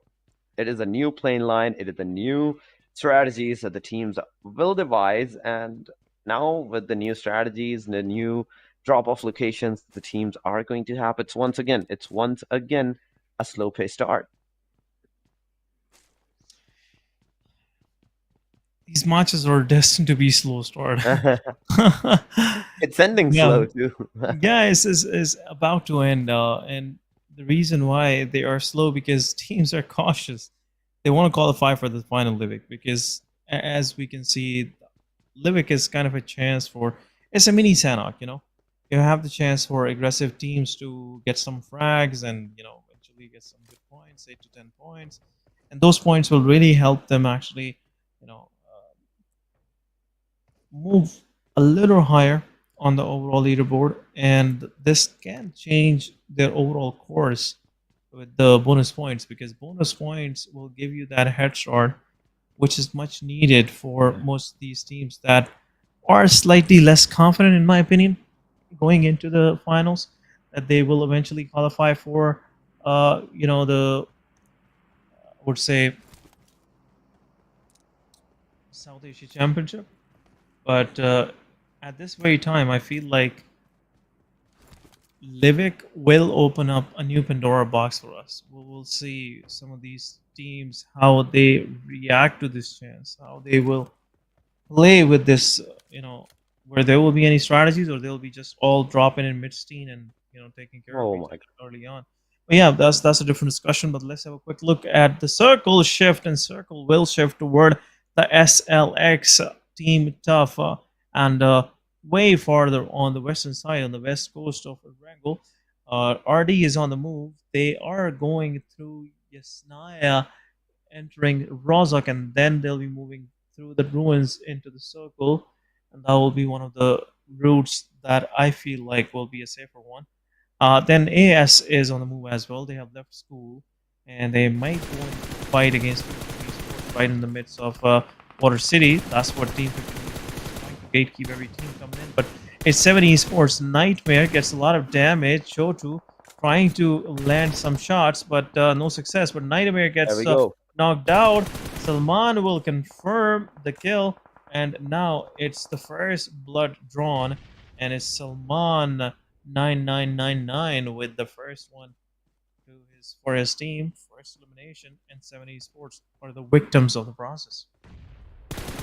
Definitely 52 to first initiate, and right after that, Salman with another amazing spray. He does some shot. He takes some shot on Iron, almost making him bleed down to his knees, but still, Iron survives, gets in the car, and leaves out for a safer side. But the position that the Salman is looking at right now, there's no one, and the team has to make sure, has to make their decision if they want to go at a particular angle, because it is another start for the team to move inside of that circle. It is another start, but on the bridge, on the Georgia pool, this is the first time.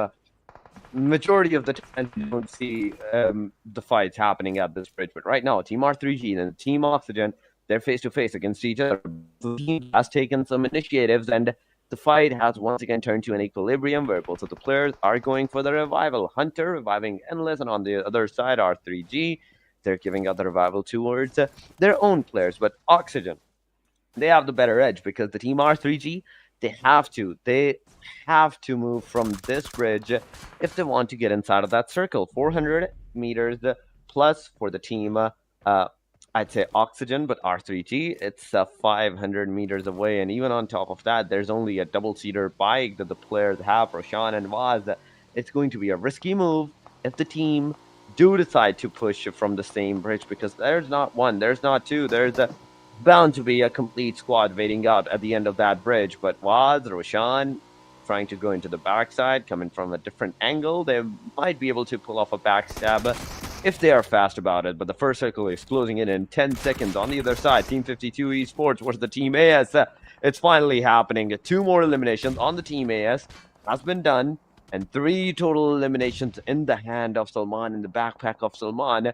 Team AS is right now struggling with only 2 of their players still standing, Ami Hasni and Mithi. Mithi on the top of a little hillside, whereas Hasni has the compound for himself, and Mithi from that angle confirming Valu, the 52, finally losing one of their players. And now, as these guys are standing headstrong with a trio, another grenade comes in their way, knocking Chotu. Equilibrium fight, a 2 versus 2, but the third party is coming from a back angle, and that is the team Magnus shooting at the Ami Hasni. Some shots were done, but lucky enough, Ami Hasni, that he managed to get into a cover area. Now, it's a 3-way deadlock, and now it's a deadly situation for all the 3 teams. But 52, they're going to be on the most receiving end as Hassan gets taken down, leaving only Salman as the final hope. As Zabian has a molly in his hand, he's going to throw the molly up. Salman already struggling with that low HP. One molly will be enough to eliminate out the player. And there we have it, 52 being first one to get eliminated with 3 eliminations in their backpack. 52 is out. Nice time to do a third party. I must say, Magnus Esports really aced the whole thing. And now 50 on the other side. Seventh Element, Divine confirming some eliminations on the players. And Star There we confirms the go. final two. And there's AS out on the second spot. Team AS, goodness me, they are struggling. They're definitely struggling. They're not, learning their lessons. But anyhow, that's part of the game. But Team Star on the other side, 4-man standing, 2 points to their name. Seventh Element taking some eliminations on Amin XH2E and SRX3X. 3X is down to last man standing. Freestyle also testing waters against these players. Rahman is the one surviving at this moment, and looks like Team Freestyle gonna give this guy a pass. I'm gonna, check his position again, but anyhow, Oh, it's still there. that's still there, and Rahman, he is in the front of some giants, the Team FS. He has to be wary that as soon as he's going to give out the location, it's going to be an all over for this guy, because there's 3 to 4 players that might aggress on the guy. But Oxygen on the other side, with the grenades, with the utilities, they're aggressing on the Team R3G. Hunter, after using all of his utils, he's out of them. Now he can only hope to get some knockouts through his weapon, through his sprays. And FS Zarbath with H2E Rahman being knocked out. Hunter gets taken down by the hand of Waz, and there comes another grenade nearby from the side of Oxy Endless. A huge damage done on the R3G. Some of the players are really low on that HP, and if they do not get into a safer side right now, they're gonna struggle. But Endless, he's slowly and steadily moving forward at the same angle, from the same angle where Oxy Icebreak was residing, and if the player did have came any Oh, look closer, at any much closer, R3G! it could have been R3G! annihilation. But no, R3G on the other No side is way! being handled away by the hand of Team Edgar! Edgar. A 1v3 by this guy, Tarzan, putting the nail on the coffin and finally eliminating out the R3G from the match. A total of 13 teams are surviving, and this is the stage. This is the point in the match where the teams finally gets their aggression started. And this aggression, I'd say, is a bit more on the serious side by the players, because it's a third parties and fourth parties right back to back. Yeah, it was much needed, I must say, and now team is really performing one of the one of the better ways, and all credit goes to the players. But Magnus Esports steals the elimination, and Team SRX3X is out on 13th spot. Seventh Element right now, 5 eliminations to their name. Tough on the other side. They're closing in. Team Moxie, they were trying to push. Nice takedown 1. Sav DDM push forward. Recon Noob going for a 1v1. Takes down GDM, unless is the one surviving, but it's a third party happening. Star Osama takes down Recon Noob. Team Star want to join the party as well. This will give some time to the players of Team Oxy, but it's not going to happen. Fury, he is going for the fight. Endless could be in deep troubles, but Team Oxy losing players right, left, and center. Endless have some cover available, but Blue Zone is pressuring, and there you go. Team SL and Team Star ganging up on the players of Oxy. Oxy is out, and Team SL at the same time losing their players right, left, and center, and 2 of the players are surviving. Team Star might be interested in going forward and engaging in this fight and confirming these eliminations. But anyhow, at this time, I feel like it's not going to happen, and Team Star is moving their own way. Team Star might move their own way, and Team Star might get into the fight against the Team Tough. But on the FS side, there's the Team Se7en Esports that are in the vicinity. They are in the vicinity of the Team FS, but who will take the initiative? That is the bigger question. But there we go. The Team Star is actually taking the fight against the Team Tough right now. 2 players from the Team Tough are being taken down. Demotivated Sir inside of that compartment, shooting out Osama as soon as he gets into his, I'd say, the car. They do some damage onto the player, but Skull with a 3x precise spray. He confirms the kill. Osama and Fury, both of the players are right now knocked out and on their feet, on their knees. The player has to go as fast as possible for the confirmation and the revival factor, because they don't want to lose out the player. But there we go. Both of the players have been lost. Team Tough and the Team Star back to the equilibrium. A 2 versus a 2. Team Star so far having 7 eliminations. But look at Oh. Daniel.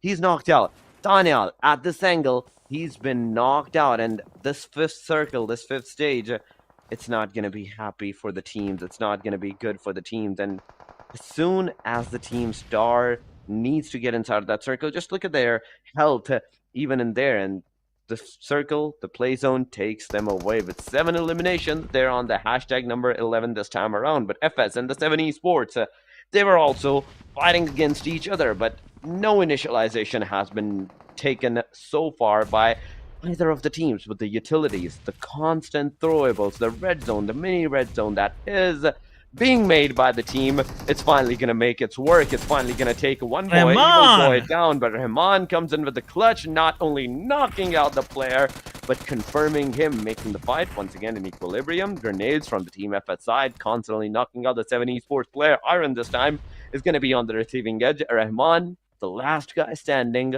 for the Se7en Esports. He has to do something, and he has to make his way, but no. Black says no with a grenade, eliminates him, and gets the 4 elimination for his team on the hashtag number 9. Team Tough resides now. It's time for some rest. Team Tough is out. Team Se7en Esports is out. And right now the numbers are pretty good for Team Star. They got 7 points for them in this match. But Freestyle on the other side, not allowing the players of 1-4-1 to actually go for that flank. But Droppy goes for the flank on even the low HP, takes down Black. And now Droppy is also knocked out with the play zone. Team Bublu losing their players and is down to still there are 3 of the players surviving. Droppy definitely not gonna get revived, but Maxi is waiting. He's waiting for that time where he can strike. The players are rotating around this shack, just trying to check, trying to bait if anyone is there. But Wasu gets knocked out, and another utility goes the way of Team Freestyle Wasu. Maxi will confirm the elimination, and this is the first elimination for Amines XH2E. 7E on the other side, they are pretty well situated in the circle. Hashtag also surviving with 3 of their players. No pills to their name so far. But RD, what's happening? RD have a good compound, but still, they're waiting for Team Bublu to actually make those mistakes, and they can pick those elimination points. They are waiting for the Team Bublu to, I'd say, make the mistakes. But Team Bublu, are they going to make the mistakes? This is the bigger question. But on the other side, Team 7th Element and the Team Magnus has finally started as well, because there comes a grenade. Oh, T24OP! He gets the mullick down. Team Magnus losing 1 more player. It's a hassle for the team. It's a struggle right now because the rest of the 2 players are so far away that they couldn't even provide a single cover for the team. But 7th Element with a head start, with a headstrong 6 total eliminations so far for the team. Now facing against the Team Magnus. During that time, Team Freestyle also got eliminated on the hashtag number 8. 7th Element, Chokusaurus, he's trying to initiate some more knockouts through his buggy. He's trying to roll over the players from his buggy, and in hopes to get some knockouts. He gets taken down by the hand of Faster. Faster takes him down. There's 7th Element, 3 more players in the front angle. Finisher and Faster, both of the players giving cover to each other, using the complete utils to their disposal, the smokes, the grenades. But the grenades, we are talking about them. Divine also is going to use the utils, leaving Magnus down to the last player, which is a finisher right now. But this player has a DBS. If the players do push forward, it can be a single shots on every single player, and they can be on their knees just like that. Just like that, GokuBot preparing a utility, and at the meanwhile, player will get revived, but they have to reposition because this utility can take things out of control for the players, but still no success. T24OP is still there. He is giving the position of the player. GokuBot can go for the confirmation, and now T24OP will exactly give the position where the player is. But Team Magnus Esports still standing, the last one standing, making things difficult. But now 7th Element is reviving their player and still standing with 3 of them and 8 eliminations to their name. What a fantastic way to confirm their final 4 eliminations, and now they are on top of everything. They lost one of their players in the process, but it's really not gonna hurt because they are now in top 6. They're at the top 6. They have the position. That's at least 2 points for the team, but they want more. They want more for the position and the elimination. Team Arty on the receiving end from the Team SLX. But T24 is going to take the Team Arty's player. Buzzard, on the other hand, gets taken away by Thunderclap. So far, 2 eliminations on the Team SLX TG, but hashtag the beauty of the spray from the flanky side, knocking out Sirius, leaving only the 1 player, but Team Arty, they're also going to struggle with the sprays, with the fires from the flanky side. Hashtag, as they are on top of this hill, they have visions on every single one of the player, but there goes the fire from the Team Amin, 7th Element on the Team SLX CT, and they get eliminated on the hashtag number 6. We are down to the top 5 teams, where there's 8 total players, and there we go, not 5, but 4 teams, 3 teams, and right at that angle, the 3 teams are 7th Element, Team Hashtag, and Amin's XH2E. Amin's, on the other hand, they are struggling with just a single player in their disposal. It's a hassle for this team to even get inside of that circle right now. It's too much difficulties. These, I think, 20 meters, 10 meters that the player has to cover into the complete open area. Maxi did a great job. Difficult to one, but there goes the player moving inside of that circle, but Flanky takes him out, and it's 2-3, in fact, versus 3 scenario against the Team Hashtag and the 7th Element. Once again, oh my god, hashtag once again. Super close. Both of the teams super close to that chicken dinner. They are, and now 7th Element have the dead center of the circle. It's just 6th phase, and things are about to get finished. And this could be a second chicken dinner for Team 7E, and the numbers will be big, I must say. It will be like 16 eliminations. And on the other side, if we talk about hashtag, it will be an interesting one because they lost, just their chicken dinner in the last match of Sanhok. So this could be a match of recovery for them. Aqua slowly and steadily pushing forward. The guy still has some good points, but hashtag Aqua getting some damage. Ayan pushing forward as well, trying to get the circle. He's on the edges, and he doesn't know GokuBot is in the closest fray. And this nade can give that entry, which Team 7E is looking for. And here we go. GokuBot take one down. Hashtag Flanky making that decision, going in the open, but Aqua's position will also get revealed if he will try to spray down the GokuBot. But Divine, he is on that off angle, gives a lot of damage. Aqua is half HP. T24 OP is still joining in the fight. GokuBot with the utility can confirm another one. He is going to drop that utility on the player, but in the meanwhile, Divine will take down Aqua. Last two standing. One of the players is getting revived. T24 OP goes in with his DBS and confirms both of them a 360 second chicken dinner of the day. And we'll see if this chicken dinner will put them on the first spot. Let's have a quick look, and looks like they are still on the second. 26 total points with 16 eliminations to the boys' name. But the Aegon, I'd say the consistency that they have showed in each and every single match, 8-12, 8-15 points at their disposal, it was a hard move for the team to be taken away from that hashtag number 1. But nonetheless, the 7th Element, an amazing gameplay, an amazing end to the 5th match. But guys, we will go on a short break. Make it clap.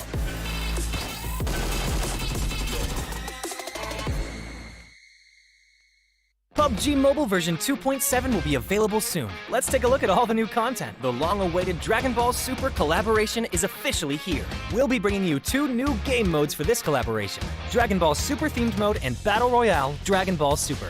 Dragon Ball Super themed mode will be available in Erangel, Livik, and Sanhok. In this mode, we've incorporated Dragon Ball elements into the classic Battle Royale gameplay. All players will embark on a journey to find the Dragon Balls to summon Shenron. Collect the Dragon Balls scattered throughout the map. The team that gathers all 7 will be able to summon Shenron at the Shenron altar and make a wish to obtain powerful buffs. Maybe if you're super lucky, you'll get 3 wishes at once. During the journey of collecting the Dragon Balls, players will obtain a type of energy called Ki during the game. Players can use Ki to unleash famous Dragon Ball moves. Players can obtain the Kamehameha by picking it up. It equips to the pistol slot. After charging, it will release a continuous high-damage beam. Bukujutsu is another skill that can be picked up during a match. Players can use this skill to fly freely in the air and make quick tactical maneuvers. The Senzu Bean is a new recovery item that is incredibly effective. The Dragon Radar can display the location of Dragon Balls that haven't already been claimed by other players. It can help you collect the Dragon Balls more quickly. The Air Car can carry up to 3 players. It's easy to put away and has better performance than regular vehicles. Tenkaichi Budokai, Kame House, Korin Tower, Dragon Ball Village. These are some famous landmarks that will appear in the game. Call your friends and explore with them now. The collaboration this time even has a hidden challenge, named Dragon Ball Trial. Win consecutively in the themed mode for a chance to take on the challenge. After accepting the missions, the team has to follow the instructions and gather 7 Dragon Balls. During the process, your team's location will be exposed to other players. All players will be drawn into battle for the Dragon Balls. To win the game, the trial team must successfully secure the Dragon Balls, defend the altar, and then summon Shenron. Are you ready for the challenge? In this standalone mode, named Battle Royale Dragon Ball Super, players can roleplay as iconic Dragon Ball characters. Use powerful, unique moves in a brand new anime-style map, and become the ultimate victor. There are 5 Dragon Ball characters in this mode. They are Son Goku, Vegeta, Ultimate Gohan, Piccolo, and Frieza. Select your favorite fighter. Master their skills to suppress your enemies and achieve victory in intense battles. In the new version, the new Ace-32 firearm will be made available on all maps. It uses 7.62mm ammo and has 6 attachment slots. What are you waiting for? Go try it out now. Furthermore, this update also includes a firearm attribute tag display. Newer players can go to their backpack to look at the tags of a firearm they've picked up to quickly grasp its characteristics. The new Cycle 5 Season 13 begins on July 18th. Be sure to stay tuned for the new season rewards. That's a wrap for the main new content of the upcoming version. For more information, be sure to follow our official PUBG Mobile community. Winner, winner, chicken dinner. See you next time.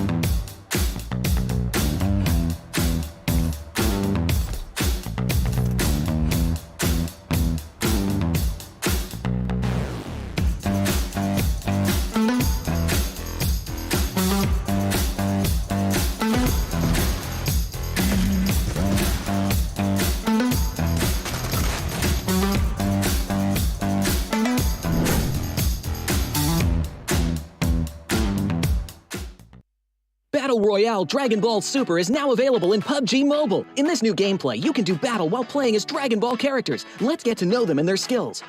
Son Goku's standard attack is a barrage of Kidan. Its damage output is reliable with an average rate of fire. It's crucial to find the right time to attack. In order to make this a bit easier, Son Goku's charged attack is a continuous Ki Blast, which can be charged up and fired to attack enemies. At the same time, Son Goku has a special movement skill, but this is great for mounting a surprise attack or to escape a dangerous situation. It can be stockpiled 3 times, allowing it to be used in quick succession. Get to know these moves and you'll be one step closer to victory. Similar to Goku, Vegeta's standard attack is also a barrage of Kidan. It has a faster rate of fire, but the Kidan travel a bit slower. It takes a bit of prediction to accurately hit enemies. However, Vegeta's charged attack fires a bunch of Kidan, which deals small area damage to the target. Vegeta charges up with energy when he hits enemies. Once fully charged, Vegeta can release all the stored energy at once to deal massive damage to an enemy.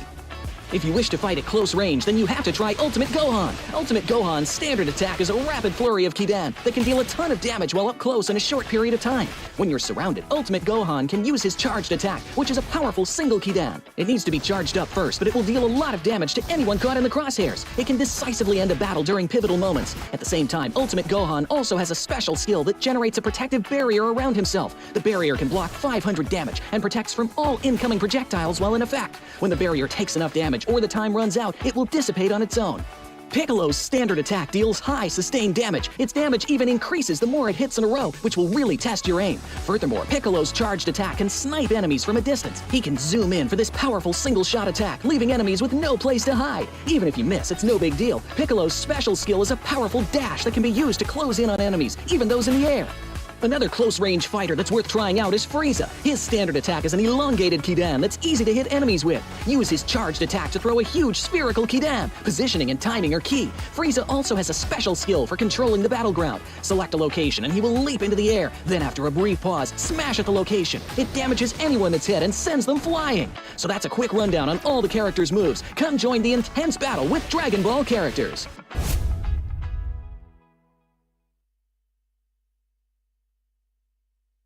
Welcome back, everyone, once again after the break, but this time around, things are going to be a different scenario. But before we talk about the things any further, we will go and check our MVP, who is none other than T24OP with 9 eliminations towards the single guy.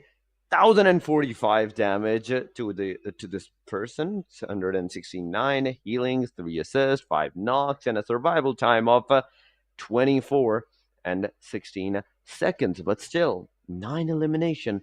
It's a big number. It is, in fact, a really, really big number. And if 9 is the top number, which number will be the bottom one? And there we go. Top players right after that. 7th Element has secured 3 of the positions as Divine, T24OP, and Goku Bot, but the elimination, 7th Element Divine with 3 eliminations. After that, 141X of Bablu comes in with Droppy with 4 eliminations, 713 damage to the guy. 7th Element, Goku Bot with 3 elimination and 690 damage. Last but not the least, it's hashtag Esports Flanky with 2 eliminations and 529 damage to the player. And Essen, once again, I humbly welcome you back on the stream after the short break. Thank you so much. Thank you so much for this warm welcome, I must say. And again, Torix, the way you summed up this whole thing, I really appreciate it, actually. And it was another match where 7 Element had all the answers, and they were just giving it away, I would say, to everyone. They were just being extra careful with, first of all, their strategies and also their fights. So that's the reason why you can see these numbers. Like in 4 matches, they have confirmed, I believe, so like more than around 50-55 points in a single day. They have secured at least more than 50 points in a single day. But right now, with match ranking, the top positions, we saw that, but on the page number 2 from the hashtag number 9, things are not looking good for the team AS. SR3X, as they have not secured yet another point for themselves. R3G, Se7en Esports, they have secured 1 each. Oxygen with the 2 points, 52 Esports with the 3. Red Death and Skyline, they have secured 5 points for themselves in this match, but now it's the time for the final match that will be off once again. It is Livik, and this will provide the teams with the bonuses points. With 7th Element, this match, they got the winner in a chickener, and we saw that it was a 16 elimination, so that means a total of 26 points that the players have secured for themselves. But in the back of my head, Amin, hashtag star, Magnus, 141, Bublu, Team Tough, Freestyle, they were the ones that were still in the match, and they have not secured that much of a point. But overall ranking on our page, gone with the top point of 217. Behind them is going to be 7th Element, and the difference between the both points is just a measly of 6 points right now. This can be the decider. The Livik can be the decider for the team, with R3G with 165 points, Magnus with 139, XGeneration with 133, Team Tough with the 120 points. But on the second page, on the 11th spot, Team Star, they have secured their Livik match with 98 points. HellRaiser with 12th position with 97 points, with 13 onward to 20. QWERTY 95, Team Red Death 84, 52, 79, hashtag 76, Freestyle 76, Skyline XTD 73, AS 69, and Se7en Esports 61 points. These will be the teams that will not play the Livik match, because the top 12 has finally been decided at SN. And just look at the difference. QWERTY, only 2 points of a difference against the Team HellRaisers. Yeah, just 2 more points, and QWERTY could have been the one jumping into Livik. But yeah, good luck to Team HR. I would say it was their luck and the reason why they're playing this. Let's see if this can improve them any further in the rankings, because looks like Team HR will have a chance to actually get into top 10, because they're pretty close to that one. But what just we saw, especially on the first page, it's a 40 points difference now between R3G, 7th Element, and like more than 45 points for Team R3G against Aegon Exide. 7th Element and Team Aegon, they are the one actually contesting each other at this moment. And 7th Element is, coming up with two chicken dinners in a single day. Really shows that what these guys are actually aiming for. They want to be on the top spot. But anyhow, let's see how that campaign will go for them. But let's have a quick look on our final map of the day, which is Livik, starting the lane in from close to the Lupenfeld and going toward Eisenberg. That's where 2 teams are. Team Aegon and Team HR. They went against each other, and this could be a quick fight between both of these teams. An interesting one. On the other side, Team Tough is kind of isolated. Team Oxy is isolated. There's no more, contentions happening between these teams. This is an even spread, except Aegon going against HR. So that's an amazing fight early on. In the Bloomster area, the 2 teams, the 2 giants, are finally fighting. But there we go, an equal trade-off from the both of the side. IQ throws a grenade and knocks out the player, but at the same time, Team HR takes the Team Aegon, the player, down on their knees as well. But now, Team HR, there are 2 players from the Team HR that are knocked out. They're going face-to-face. It was the N2000, but it did not do anything, because Uzum takes the player down, eliminates him, and on the other side, IQ gets that revved up. He's back on his feet, but the Falak, the position that he is aggressing upon, there are 2 players of the Team HR. Falak, the longer you wait, the longer you delay, it's going to be the more difficult for you, because the player not only has healed himself, but there is also the shotgun, the Livik exclusive shotgun. Oh my god, the 1014? It's a 7-bullet constant shot on the player, and this is the deadliest. This is even more deadly than the DBSS, and let me tell you that. Yeah, it is, but thank God it's not in Erangel. That would have been only this gun being used by everyone, but Aegon Excite with 2 elite eliminations can actually rest forward and we'll make sure that they confirm the rest of the 2 as well. But in the kill feed, it means XA2B Rex takes on Divine, 10-14. 7th Element going in an early fight, but low on HP players and 7E as well. Team Aegon Excite, they are not pushing in because they know this could be risky, but another knockdown on Team HR.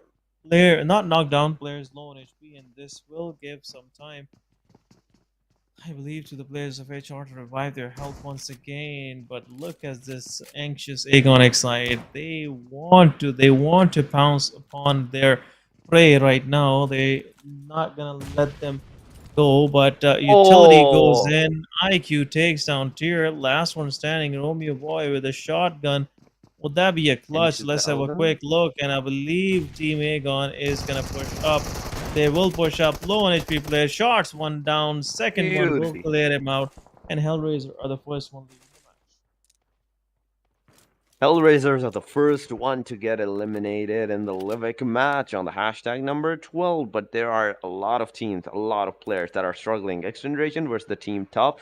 It's happening. 2 players back to back from the Team Tough not only has been taken down, but now XGeneration might push even forward. But in the Bloomster, it's only Team Aegon right now, but in the backline, there is XGeneration coming close by. Tokusaurus, judging from his location, he's at the Holders and Asker Husk locations, and you don't want that. You don't want those corner areas for themselves. You don't. Well, you want at least a slight mid area, so either crabgrass or gronas might be your best choice, but it depends on the circle. If the circle goes a hardship, it's it's a hassle for the teams to get inside of that in a safe zone in the Livik, especially because there's always a third party, there's always a fourth party that's always going on. But Amin's XH2E, 7th Element, they're face to face against each other. 2 players from the team Amin's XH2E have been taken down, but on the other side, team 7th Element, they have only lost one of their players, Tokusaurus. He's close by to the Maxi's location.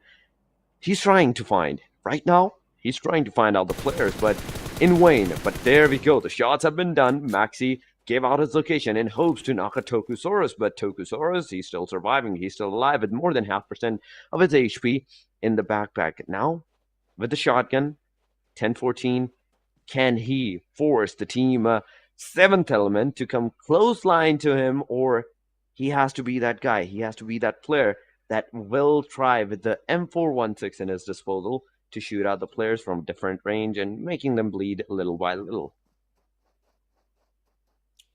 Let's see, Team 70, they're trying everything in the book. They have already lost T to 4, I'm sorry, Divine, and now they are just baiting out the players of Team 15, XH2, Tokusaurus also, peeking out, just not giving anything. But GokuBot with the utility will take care of Maxi if it hits the right spot. And there you go, GokuBot with the nade.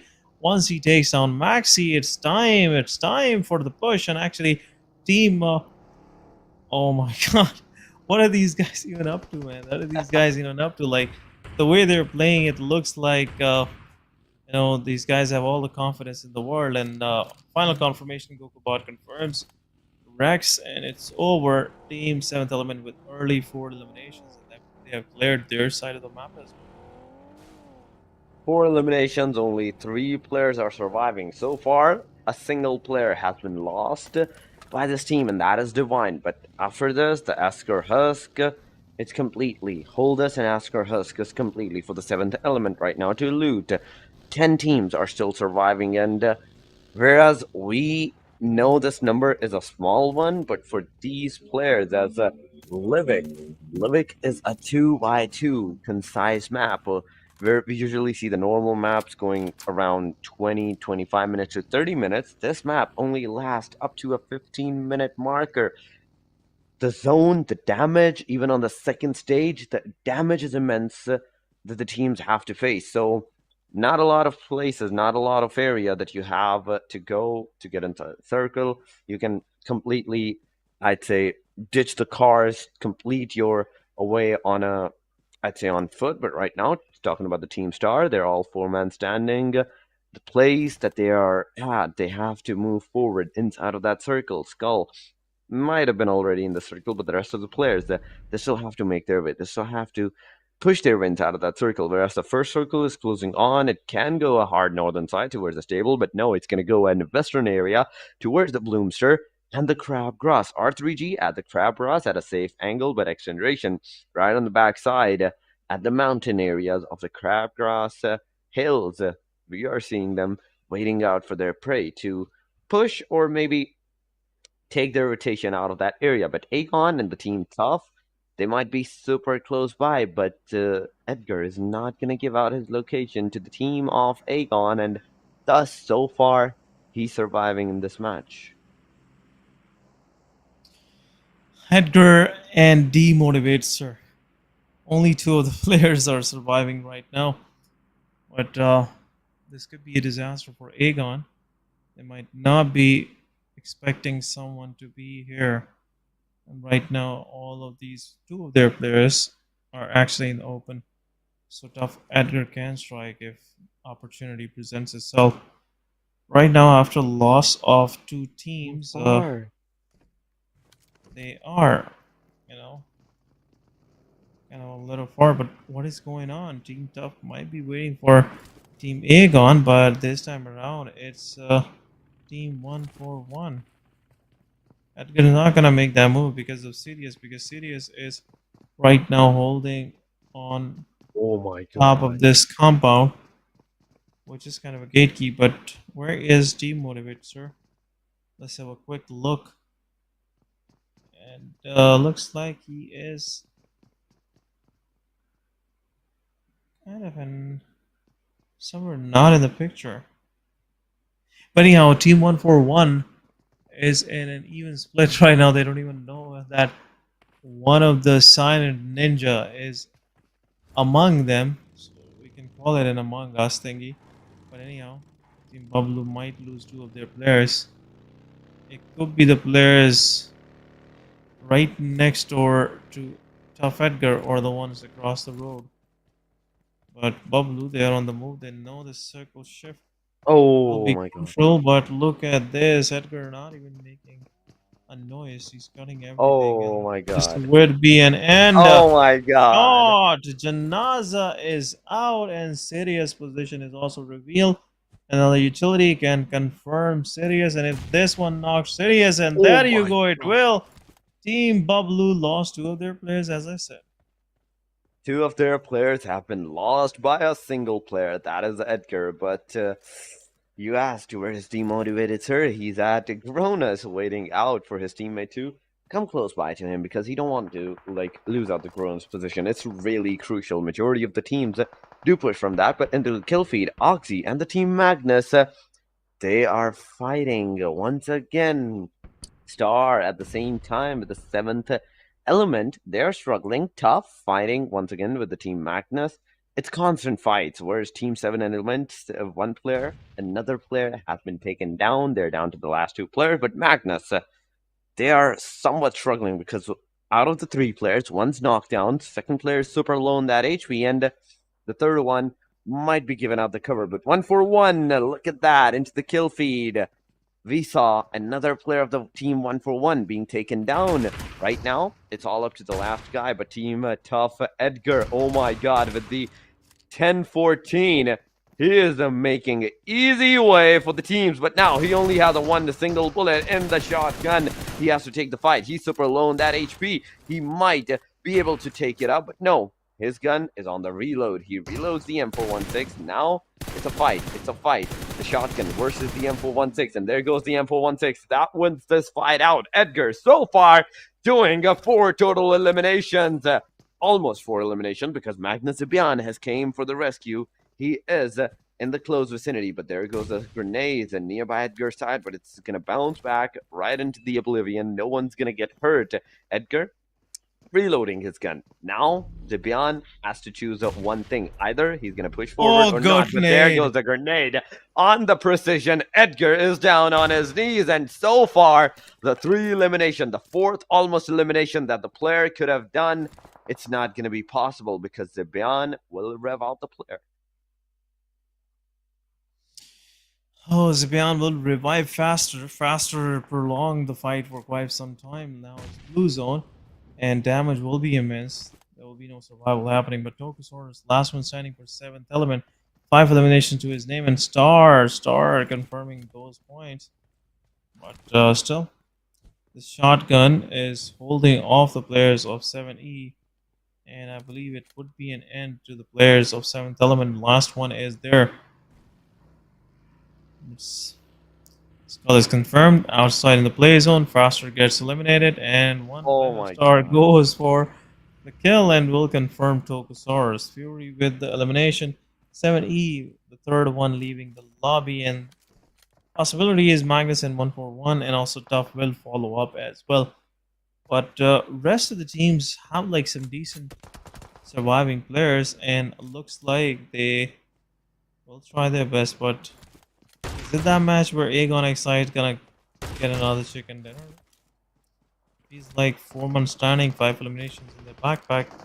Picture looks clear to me. Picture looks clear as usual, and there we go. Demotivated Sir. He gets taken down with the same 10-14 that his team member did beautifully use to eliminate out the player. But on the other side, Team Oxy is also struggling. 2 of the players are right now on their knees. The circle is going to give a huge load of damage. Zen needs to not only eliminate the player, but also heal himself. He cannot do this. In the meantime, the 2 first aid kit that the player has gone to waste, and the SR3X being the 7th on the rank to go back to the lobby on the 6th spot, it's going to be Team Oxygen with 1 eliminations at their disposal by the hand of Team XGeneration. XGeneration, on the other hand, just look at the elimination. The player so far secured 8 eliminations to their name. Star also struggling because Daniel knocked out, constantly being shot at. Some damage were being done on the players, but now Fury is going for the rescue. Fury has to do this quick because not only they're outside of the circle, but they can also be taken down by 2 of the teams, that is R3G and the team Aegon XIA, that are waiting for them to just leave this particular, I'd say, uphill position out. And as soon as they're going to make their way inside of that circle, it's going to be all over, maybe for the Team Star. But there we go. Aegon Fullick has spotted another player. He's going to take him down, knock him down yet once again. And this time around, he's going to make that confirmation for himself. The 6th elimination for the Team Aegon is there. 7th might be possible, but no! There goes the fire from Fury's angle, and Team Aegon is on the receiving edge. Fullick, the guy that has done wonders in the past few matches, is right now on his knees, but will be revved because there are still 45 seconds, and the team can easily rev out the player. Top 4 teams right now: XGeneration, Team Aegon XIA, Team Star, and the R3G. Out of the players, I'd say R3G has the best chance, but Aegon, with that aggression that they have, they're not going to let this opportunity go by. And even the Circle is somewhat on towards the R3G.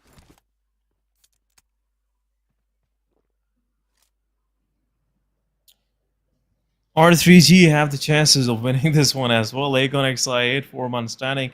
But Team Star is like, stuck in between these 2 giants with only 2 of their players surviving. But this is Livik. Anything can happen. Either of these teams can win. But Aegon, they're slowly and steadily making their way inside the circle. Star is being gate capped right now. Team R3G Avenger, his focus is totally on those players, but Aegon is slowly and steadily creeping in the back lines, and now they're going into the fight.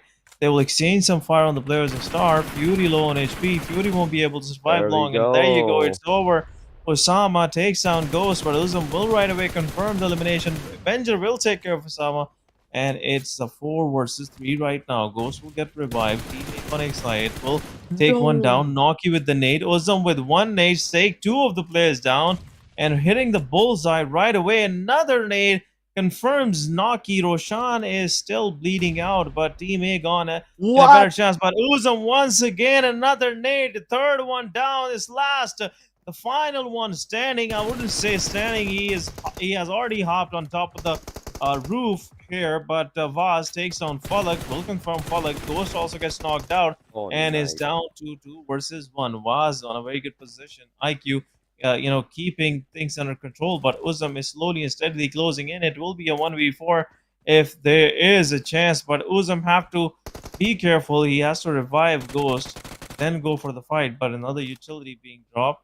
It's the smoke, I believe so. And it's not going to help, but Avenger will get confirmed. IQ will confirm the elimination. So 1 versus 1. Ghost can survive. Uzum is going for his 1v4. He will, and Ghost will No. confirm. He will land the final bullets, and look at that smile on the players of Aegon.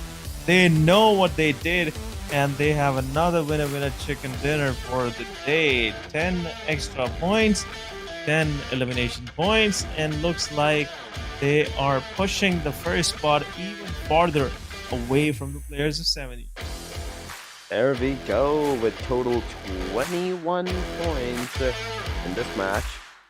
They have secured 1801 damage, and Se7en, the way Aegon played R3G, they did not have to do anything. They did not even have to take the fight against the Team Star. They should have led the fight, be engaged against the Star and the Aegon XI8, and purely, I'd say first of all, focus on the Aegon. They're right corner angle. But moving on to the MVP stats, with 4 elimination, IQ is going to be the MVP of the Livik match with 555. That is a delight to my eyes. That a single digit number damage onto the players. But healing is off 116.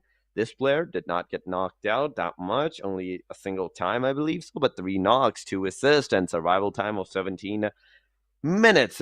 This is the moment. This was the thing that I was talking about. It usually Livik lasts up to 15 minutes until the teams goes really for the clutch and the last circle fights. But there we go. In the 17-minute markers, Team Aegon secures those winner chicken dinner with 11 total eliminations in their backpack. Not only, I believe, SN, the positions are going to give them a head start, but at the same time, there's always the elimination, the 1 point from the elimination. But Aegon XI IQ with 4 elimination, Uzum right behind him with 4 eliminations, 543 damage. Edgar from the team Tough with 3 eliminations, 657 damage. But once again, in the last 2 players, that is Thug and Alpha Boy from the team XGeneration with 4 individual kills each.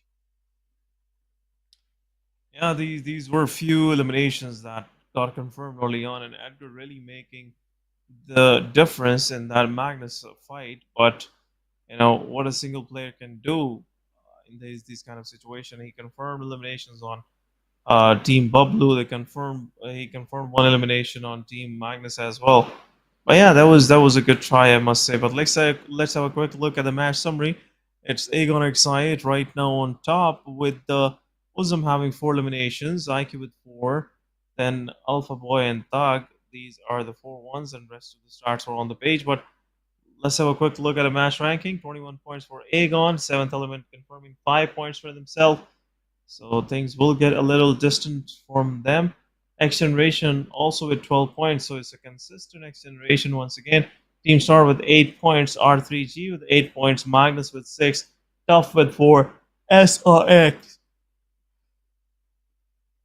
with 3 points. And moving forward, it's just Oxy, Amines X, H2E, Bubblue with 3, 1, 1 respectively, and HellRaisers with 0 points in this Livik map. So far, Aegon had the best clutch out of the 11 elimination points.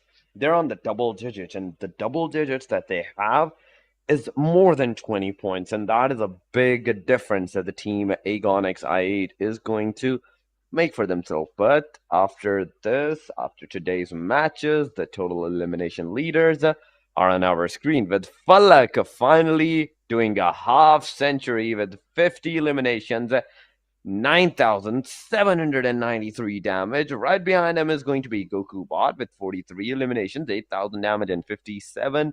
But IQ, once again, 42 eliminations, 10,000 damage. Just look at the difference between the damages of 42 eliminations, but 10,000 damage. Naki on the hashtag number 4 with 38 eliminations, 7,616 damage.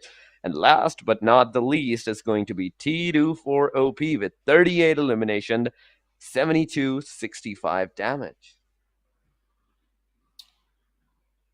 That's been the story of the day, guys. So far in this PMPL, these guys, these lads have managed to get themselves situated in top 5 positions as elimination leaders. And a quick entry from T24 OP after today's performance will really make a big difference. Noki also in there, so it's R3G, Aegon XI8, and Team Oh, Regicide on top with 20, 19, 18, and then moving forward, bonus points for this week. We'll definitely have a quick look in the next week as well how this thing's gonna pan out for them. But right now, in my opinion, looks like the way Oxy played, especially in the last 3 days, Oxy can actually get into top 5 positions, in my opinion. But Team Star HellRaisers with 9 total points for ranking, Team QWERTY with 8, so distribution goes further. Se7en Esports is the only one with only 1 bonus points. But let's have a quick look at the overall ranking, and it's getting out of hands right now for 7th eliminate. Aegon XI8, 238. A clear difference in their elimination points. 146 total elimination for Aegon XI8, 216 points for 7th eliminate, 173 points for Team Regicide. Magnus is right next to them, but there's a huge difference between spot number 3 and spot number 4. So Regicide is safe in top 3 for quite some time until unless they pull off some outstanding performances and can actually lead themselves to the top positions. But at the same time, XGeneration 145, same numbers, Team Tough, Team Oxygen, and Team Bublu. They have and also a Means and SRX3X. These 5 teams are kind of in their own different competition going on between them. The difference is getting huge. But the second page will give us the story of the struggling teams. Let's see. Let's have a quick look. Teams start with 106. They have recovered a lot. HellRaisers with 97 points.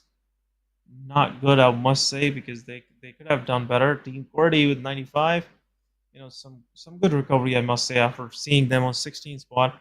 Red Death with 84. 52 Esports with 79 points. Hashtag with 76. Freestyle with 76. We have Skyline TG leaving the 20th spot, and now there's 73 points and can possibly get into top 14 if they would, just have one more good match, just like the one they showed us today. AS and Se7en Esports struggling really bad. It's almost 19 matches. I'm sorry, 20 matches each team. And if you have like 61 points, it clearly shows your average is not working out for you. yeah, totally. Yes, and with the average points, 7 esports, and the bottom line teams, and I'm talking about the after the 15 spots, so 15 to onward 20, they barely have that much points that we can say that at least they have secured 5 points, 10 points, at least 5 to 8 points in the each matches. But overall day summary is right in front of us. First, the Miramar gone to Aegon XI8 with almost 4,000 damage and 18 eliminations. Second match goes to the 7th element with 12 eliminations, 643. Third for the R3G, 1212 damage, 7 eliminations. Sanhok goes to XGeneration with 2154. But the fourth match goes to the team 7th element once again. And these small things, the winner chickeners, where they gives a huge boost, I'd say a huge boost to the team. It's a must. Whether I'd say both the aggression and the elimination points that you choose and that you secure is a must, and they go counterfeit against each other. Whereas position, it doesn't give you that much unless you get the winner chicken dinner. Only then it gives you the double digit. But if you're aggressive and you can know how to survive with even losing 1 or 2 of your players out, then I think aggression should be your key factor. Aggression should be your first mindset against every single team, and that way you can more probably secure more than 10 points each match. Yeah, that's pretty much it, guys. The conversation for this week is over. If you have any positive feedback, you can share with Torix at Torix_1, and with me, you can share it at I_Ascent.official. That was it for the day. Take care of yourself, and see you next time. Make it clap.